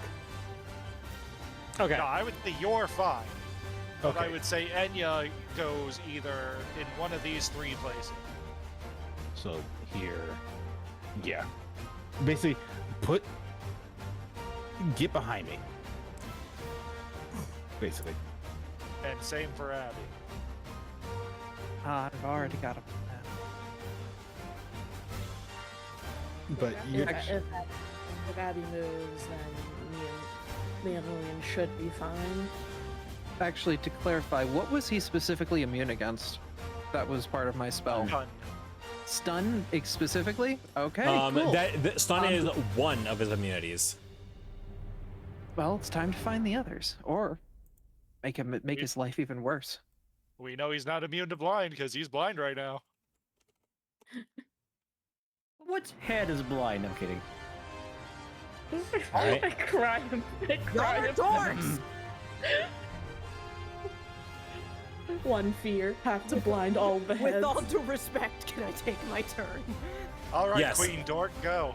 Okay, I'm gonna back up a bit because I don't like being close to the enemy. And I really, really, really hope one of his immunities isn't ice.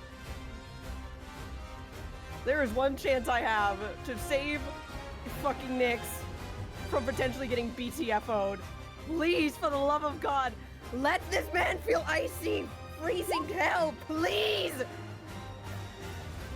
Like that. Okay. Let's see that. What is the save on this? Fortitude. It's a ranged touch attack. So, Um, Lillian, do you have a ranged touch attack? This is the main touch attack, isn't it? You still need Well, to no, roll you- with dice. Yeah, Yeah, you need you to need roll, Attack roll, not damage roll. yeah. just roll a raw d20. What's your base attack bonus? Fuck. I can't look at it right now, hon. Here, let me see. Oh, for fuck's sake! Damn. All right, so the spell, think so that's the gonna- spell misses. I really tried. Nice. Okay. Also, Rose Carbuncle is going to move over here and is going to cast Embrace on Nyx. So, that is going to be the equivalent of a Cure 1. Sass, would you care to roll Cure 1 on Nyx, please? How do I roll for that? Go to your character sheet. I do not have that spell on my sheet, hon. Why, so you don't. No matter. I'll just roll it off of Enya's sheet. Yeah, I have Cure 1. Hi, I didn't take cure. That's gonna need to get fixed. On the first slot, yeah, there you go. I remember I cast So- Cure, holy shit. So,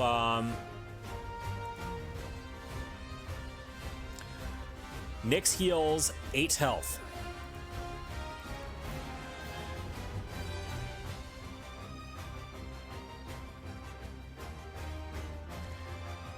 And That's with about all I can that, do. My Hail Mary fucked up. Damn it!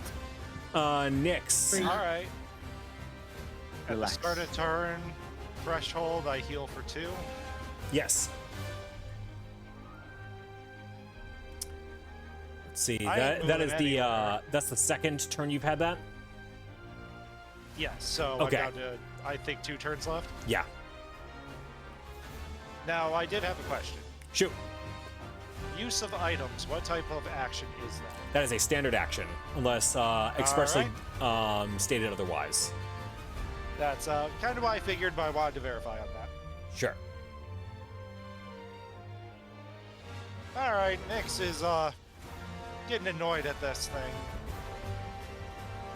So she's gonna make 2 claw attacks. And neither, well, they attack, they both have the attack negative, but only after both attacks because they're both in unison technically. So, but that's if I had multiple attacks, so.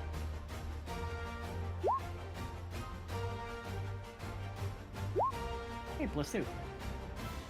So that first one would be a 20 because you're +2, and the second one's a 22 or 24. And Actually, +1 +3. damage to both of those, so 9 and 11 damage. Yeah, because you should still have Morty's bonus. And these are considered slashing damage, if that matters. Will not matter. Let's see. The Okay. 18 is going. Actually, you've got flanking for that first attack, right? For both attacks. Okay. Yeah, those are both gonna hit. All right, so 9 and 11 damage then. And she's going to stay her ground, so that's round. Okay.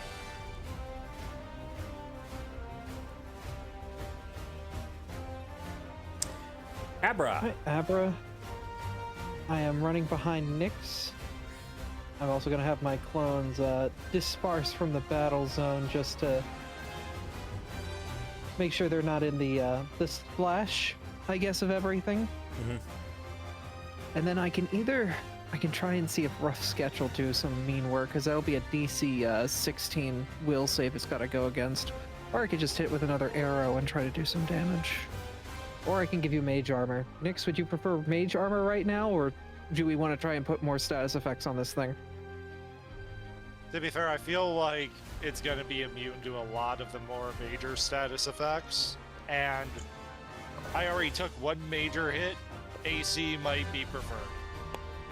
Okay, because there's a chance I could give it Confusion, which if you think what I just did to it's bad, this is worse. I think it's probably going to be immune to confusion. Possibly. Alright, then I will touch your back and give you Mage Armor. Did your natural weapons count as weapons? Technically, no, I'm unarmed. Okay, then I can't give Warden. you... you did start, like, right next to me, so I can give you the swift action, Dazzling Blade. So both you and Morty have Dazzling Blade right now. Yay. Unless, Morty, you want to use it and continue to give it blindness after its turn is over. I Yeah, it probably specifies could. one metal weapon as well, so you couldn't use it on my claws anyway. Then it is on Enya's right now. And that is turn. Enjoy your +4 AC. Oh, All right. so basically Dazzling Blade just gives me +4 AC and that's it, or do I have to activate a swift action? No, Or- no, that's Dazzling Mage Blade Armor for something Nyx. Dazzling Blade is that free action that gives the creature blindness. But the creature is currently blind, and you can't stack it to be like blindness 2, blindness 3, so you gotta pop it after its blindness resolved. I'm not flanking here, am I? You will not have flanking, no. Depression. Okay, Enya will still kind of thrilled to keep fighting. She will try to use her currently unspelled sword to attack the Chimera right here, right now. And that should hit with the +4 competence. Yep. Also, the Chimera has -2 to AC checks. That is correct. believe. So that is going to hit. Right, because it is Yay. blinded, so it just has a -2 to AC, which is separate from the +2 to AC. Mhm. All right. And once more, swiftly, Enya's gonna glide her paw through the blade of the gunblade to enspell it again. And once more, with that same hand, her entire body pumps energy once more to accelerate once more. And in an attempt to hit the Chimera again. You're doing this as a full attack action, right? That will mean you won't have movement.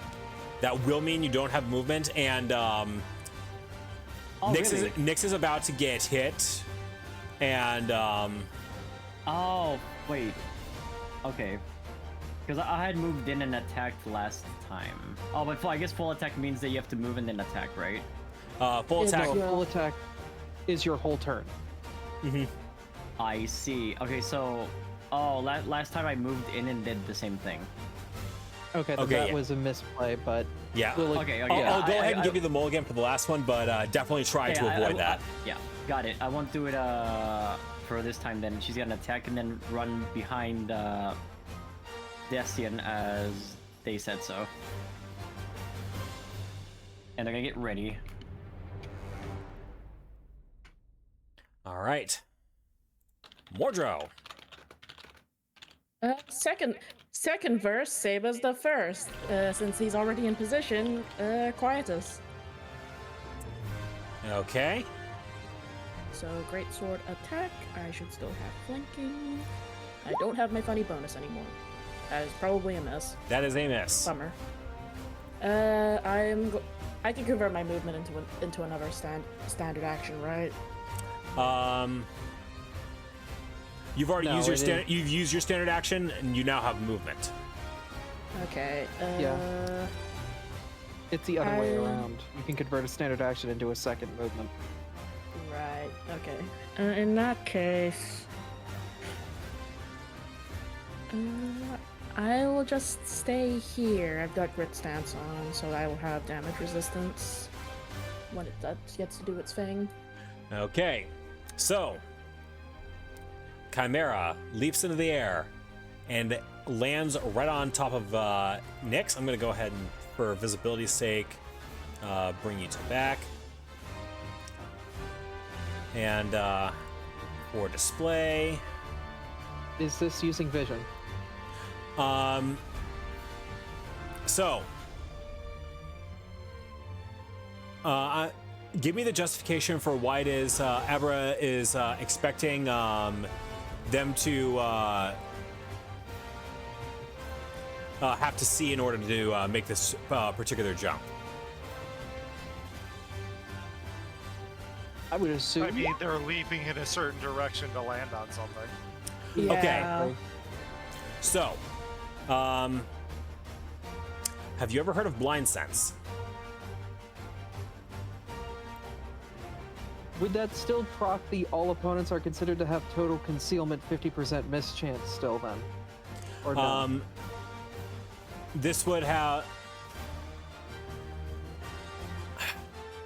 I don't believe it does proc.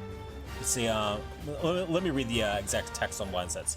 But the creatures have blind sense, a lesser ability that lets creatures notice things it cannot see, but without the precision of blind sight.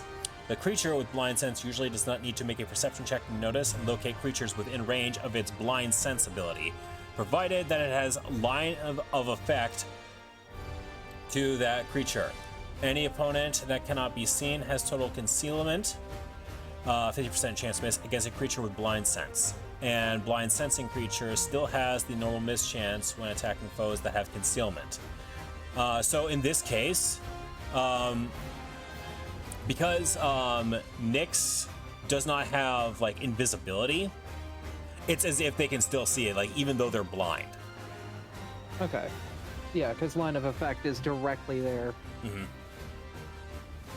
So I'm going to go ahead and just highlight this so you can all see what's going on. So I'm going to cheat this over this way just so you can all see what's going on. That's supposed to be 10 feet. It's okay. Let me go ahead and just shrink that so you can all see what this 10-foot radius is looking like. So Ooh, close. that From, is Destian. I'm glad Yeah. I said what I did. Just throwing that out there. yeah. So Scott, for context, if you had been where you wanted, Yeah. you would have been inside. So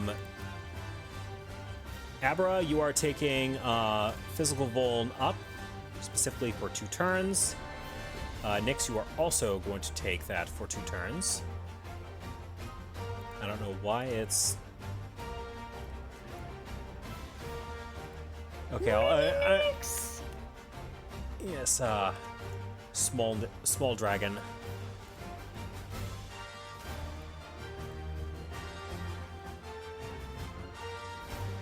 So, that is going to be its first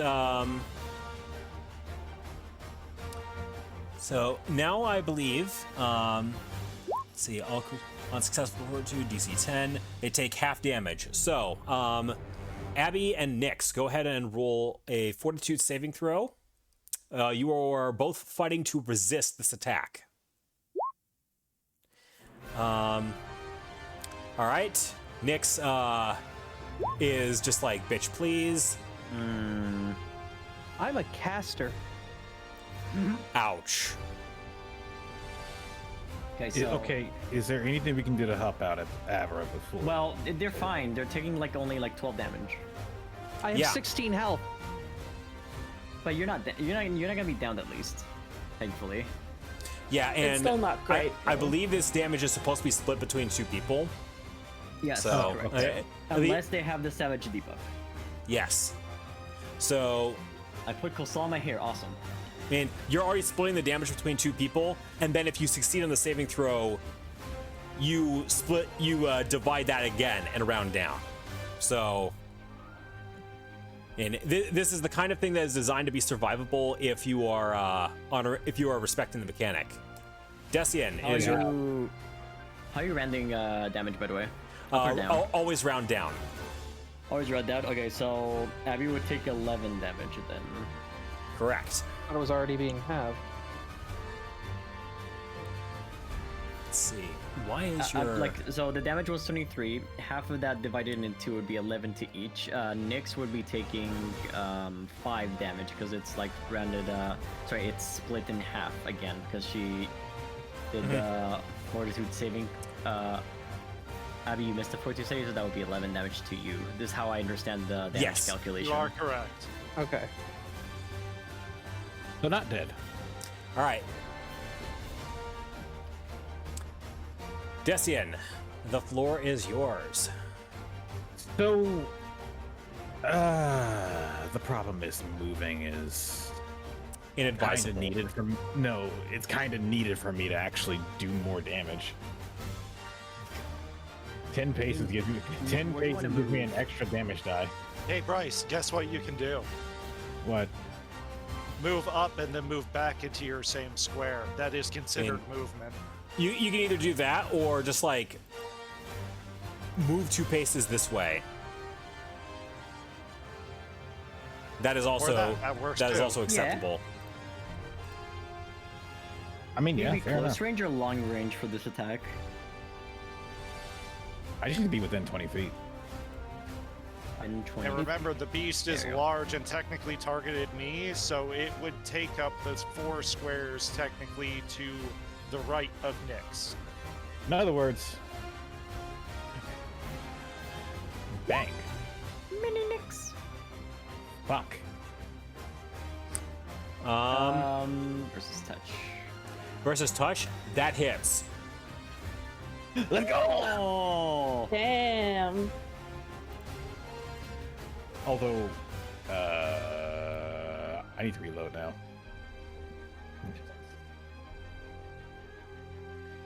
All right.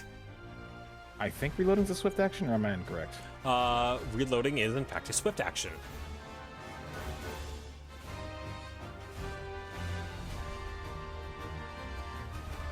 All right, Lillian. All right. It is- Well, So, I'm going to feed you a very specific piece of information. Decian's most recent shot was able to strike the lion on the head. It is left a. The shot itself is stuck on the head. However, bullets aren't normally supposed to stick on the outside, at least not in the way that you did. And from your position, you have a clear shot at that particular area. how can I capitalize on this?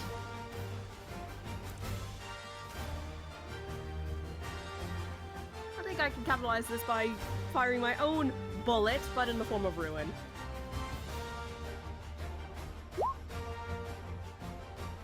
So, Lillian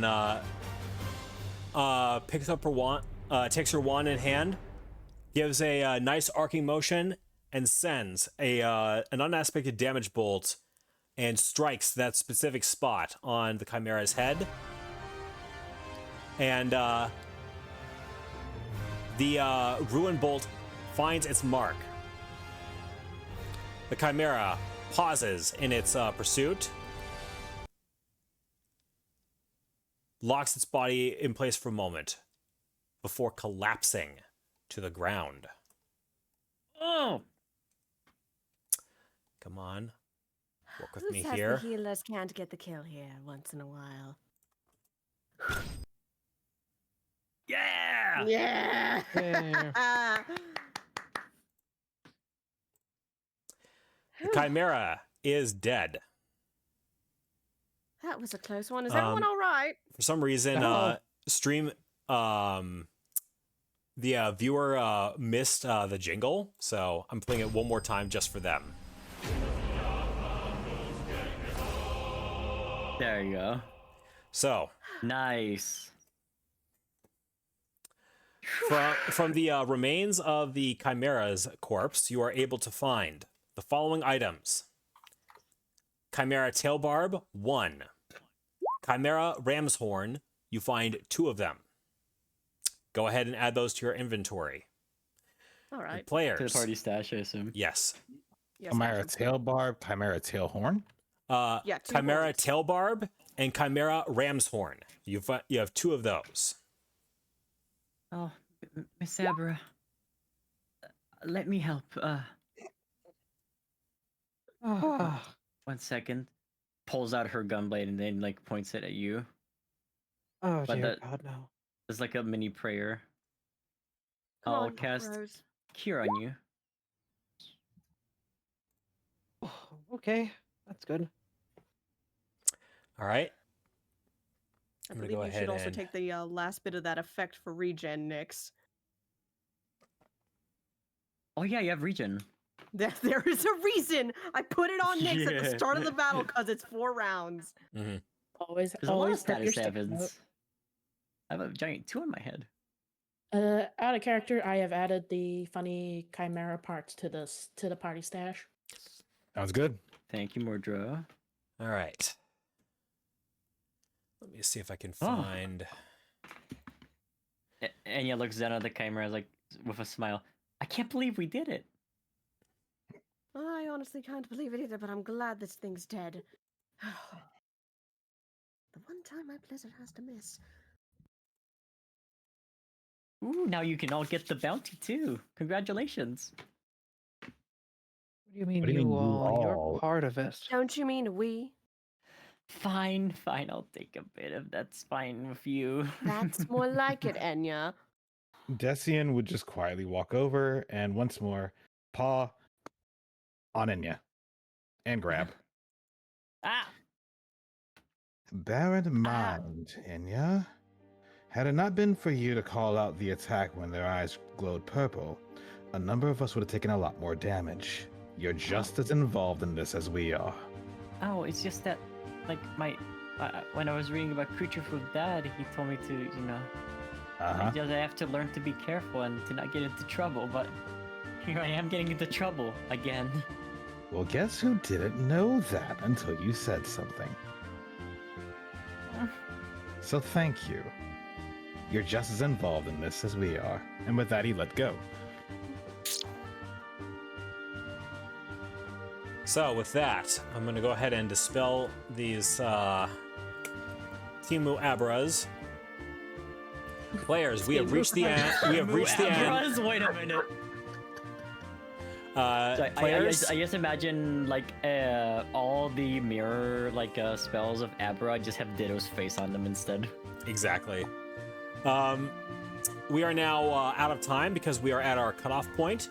So Gotcha. when we come back next time, we will continue our Adventurers Day toward the location of Halatali in Eastern Thanalan. And we will be able to see whether or not Rulolo's information was in fact legitimate. So when we start off next time, we will start off in Central Thanalan. Oh, I see. Now, Paul, I'm wondering about one thing. EXP, how is that being distributed? We are not I using think we're EXP. doing- We are using milestones. We're using milestone. We're using milestones. Got it. Because I noticed on my materia, which I should have also like marked, because I did hit the Chimera again with Thunder. It has levels and EXP. Levels will be something we'll be talking about separately as you use it more times. However, EXP is not something that we're going to be using. Just because Gotcha. it's one less thing I have to worry about. Just like, okay, how much experience do I get from this specific encounter? Okay, they did this check, they achieved this result. Do they get any experience from that? Understood. That sounds like it'll be a problem if it's relevant.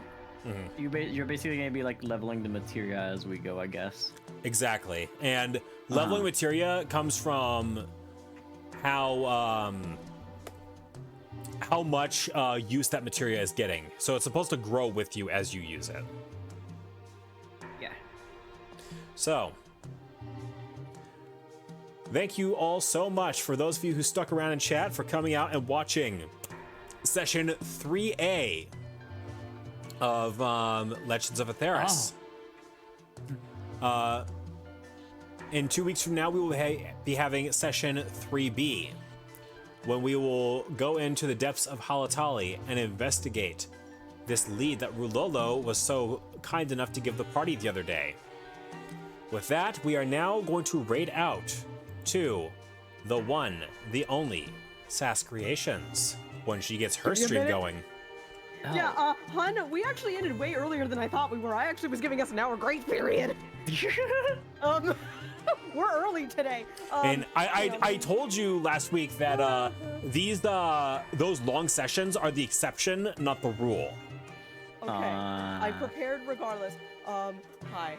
Let's see. Okay. Oh, I mean, muted. are we doing commendations like after the full mission is done and not the side mission then? We do them after every session. So thank you for reminding me of that, actually. Yeah. I was wondering, like, are recommendations like based on like session 3, session 4? We again have 3 two-way ties. Oh my god. Actually, no, it was 2 two-way ties. It was the first was between Decian and Nyx of 4 commendations, and then the second one was between Abby and Enya with 3. I got comms. Thanks, guys. Nice. So, I should show you maybe how to put an effect when someone gets commended in yeah, on OBS. That would be cool. Yeah. Like how I do my redeem things. I'll see if I can get something like that worked out. But Decian, Nyx, go ahead, give yourselves inspiration. Great job this session. With that, Sass, let me know when you are live, and I'll raid out to you. Buttons have pushed. Mics are muted. I've got music rolling in. Are my we- 10-minute rolling. Are we doing like which one of us thought like someone should get an inspiration, or? Yeah, I can also do that as well. Let's start from the top, go left to right. Decian, who was the MVP during this most recent skirmish?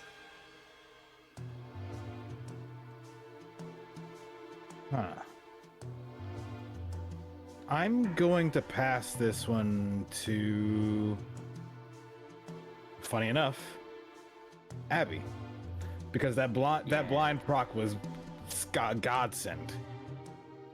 Yeah, Abby's been on point with debuff maging here, and it freaking shows. Next up, Enya. Who's the MVP I would here? equally like to extend the MVP to Abra as well. She debuffed the monster and it helped all of us be able to hit the monster better. She gave me a dazzling blade as well that made me dance around with the blade, I suppose. But that was cool. Lillian. As much as I would like to say Abby, I actually would like to give it to Decian. All right. 2 for Abby, 1 Decian. More That draw. shot that allowed me to capitalize was awesome. I was gonna say, Desian did a shit ton of damage. All right, we got 2 and 2. Abra. Desian, 3 for I- Desian, 2 for Abra. very, very happy with what they were able to accomplish in combat. Last but not least, Nyx. I could be evil and say Abby and tie it up. If you see Well, everything, that just means technically I get the Desi- tiebreaker vote. Yeah. Give the choice to the GM. Guys, That's the let's most be evil real choice. here. There weren't a lot of AC attacks that happened, but +4 AC to both your tanks is a pretty just strong play in general. Mm-hmm. I know how to play a spellcaster. You sure do, girl. So that's my vote. All right, so that puts us at 3 Abra, 3 Desian. I am guess actually make going to the go choice. ahead and put the GM's inspiration onto Abra for another outstanding performance as Pictomancer. Great job, great use in great skill of the party, and I also love that RP bit that you did with Desian, and just helping us fill up that time while Scott had to step away. Excellent job on that, and great job in the role play as well besides. So when we start session up next time, we have Nyx, Desian, and Abra starting with inspiration. I'll mark that on my character sheet right away. That I forgot to feel mark like it last double time. stacking inspiration isn't something we can really do. It can 'cause get broken pretty quickly. I Yeah, had that's why I inspiration figured from giving last Abby time, one so- over Desian one was the better idea. Yeah. Yeah, I had one from last time, but I didn't have to roll. It was mainly him who had to roll. So I never had to worry about actually doing it. I should have used it on the fortitude save, but I know what my fortitude is. That save's not going anywhere. I'm a All right. caster. Let's see. Pull this Wait, up. where do we put the? Or inspiration? just give yourself a Okay. hero point. Yeah. I see. Yeah, it's over by Yeah. your XP level area. If you go to core and endures miscellany, you can find it on hero points. Got it. I like how balanced this team is. Legitimately. It's good.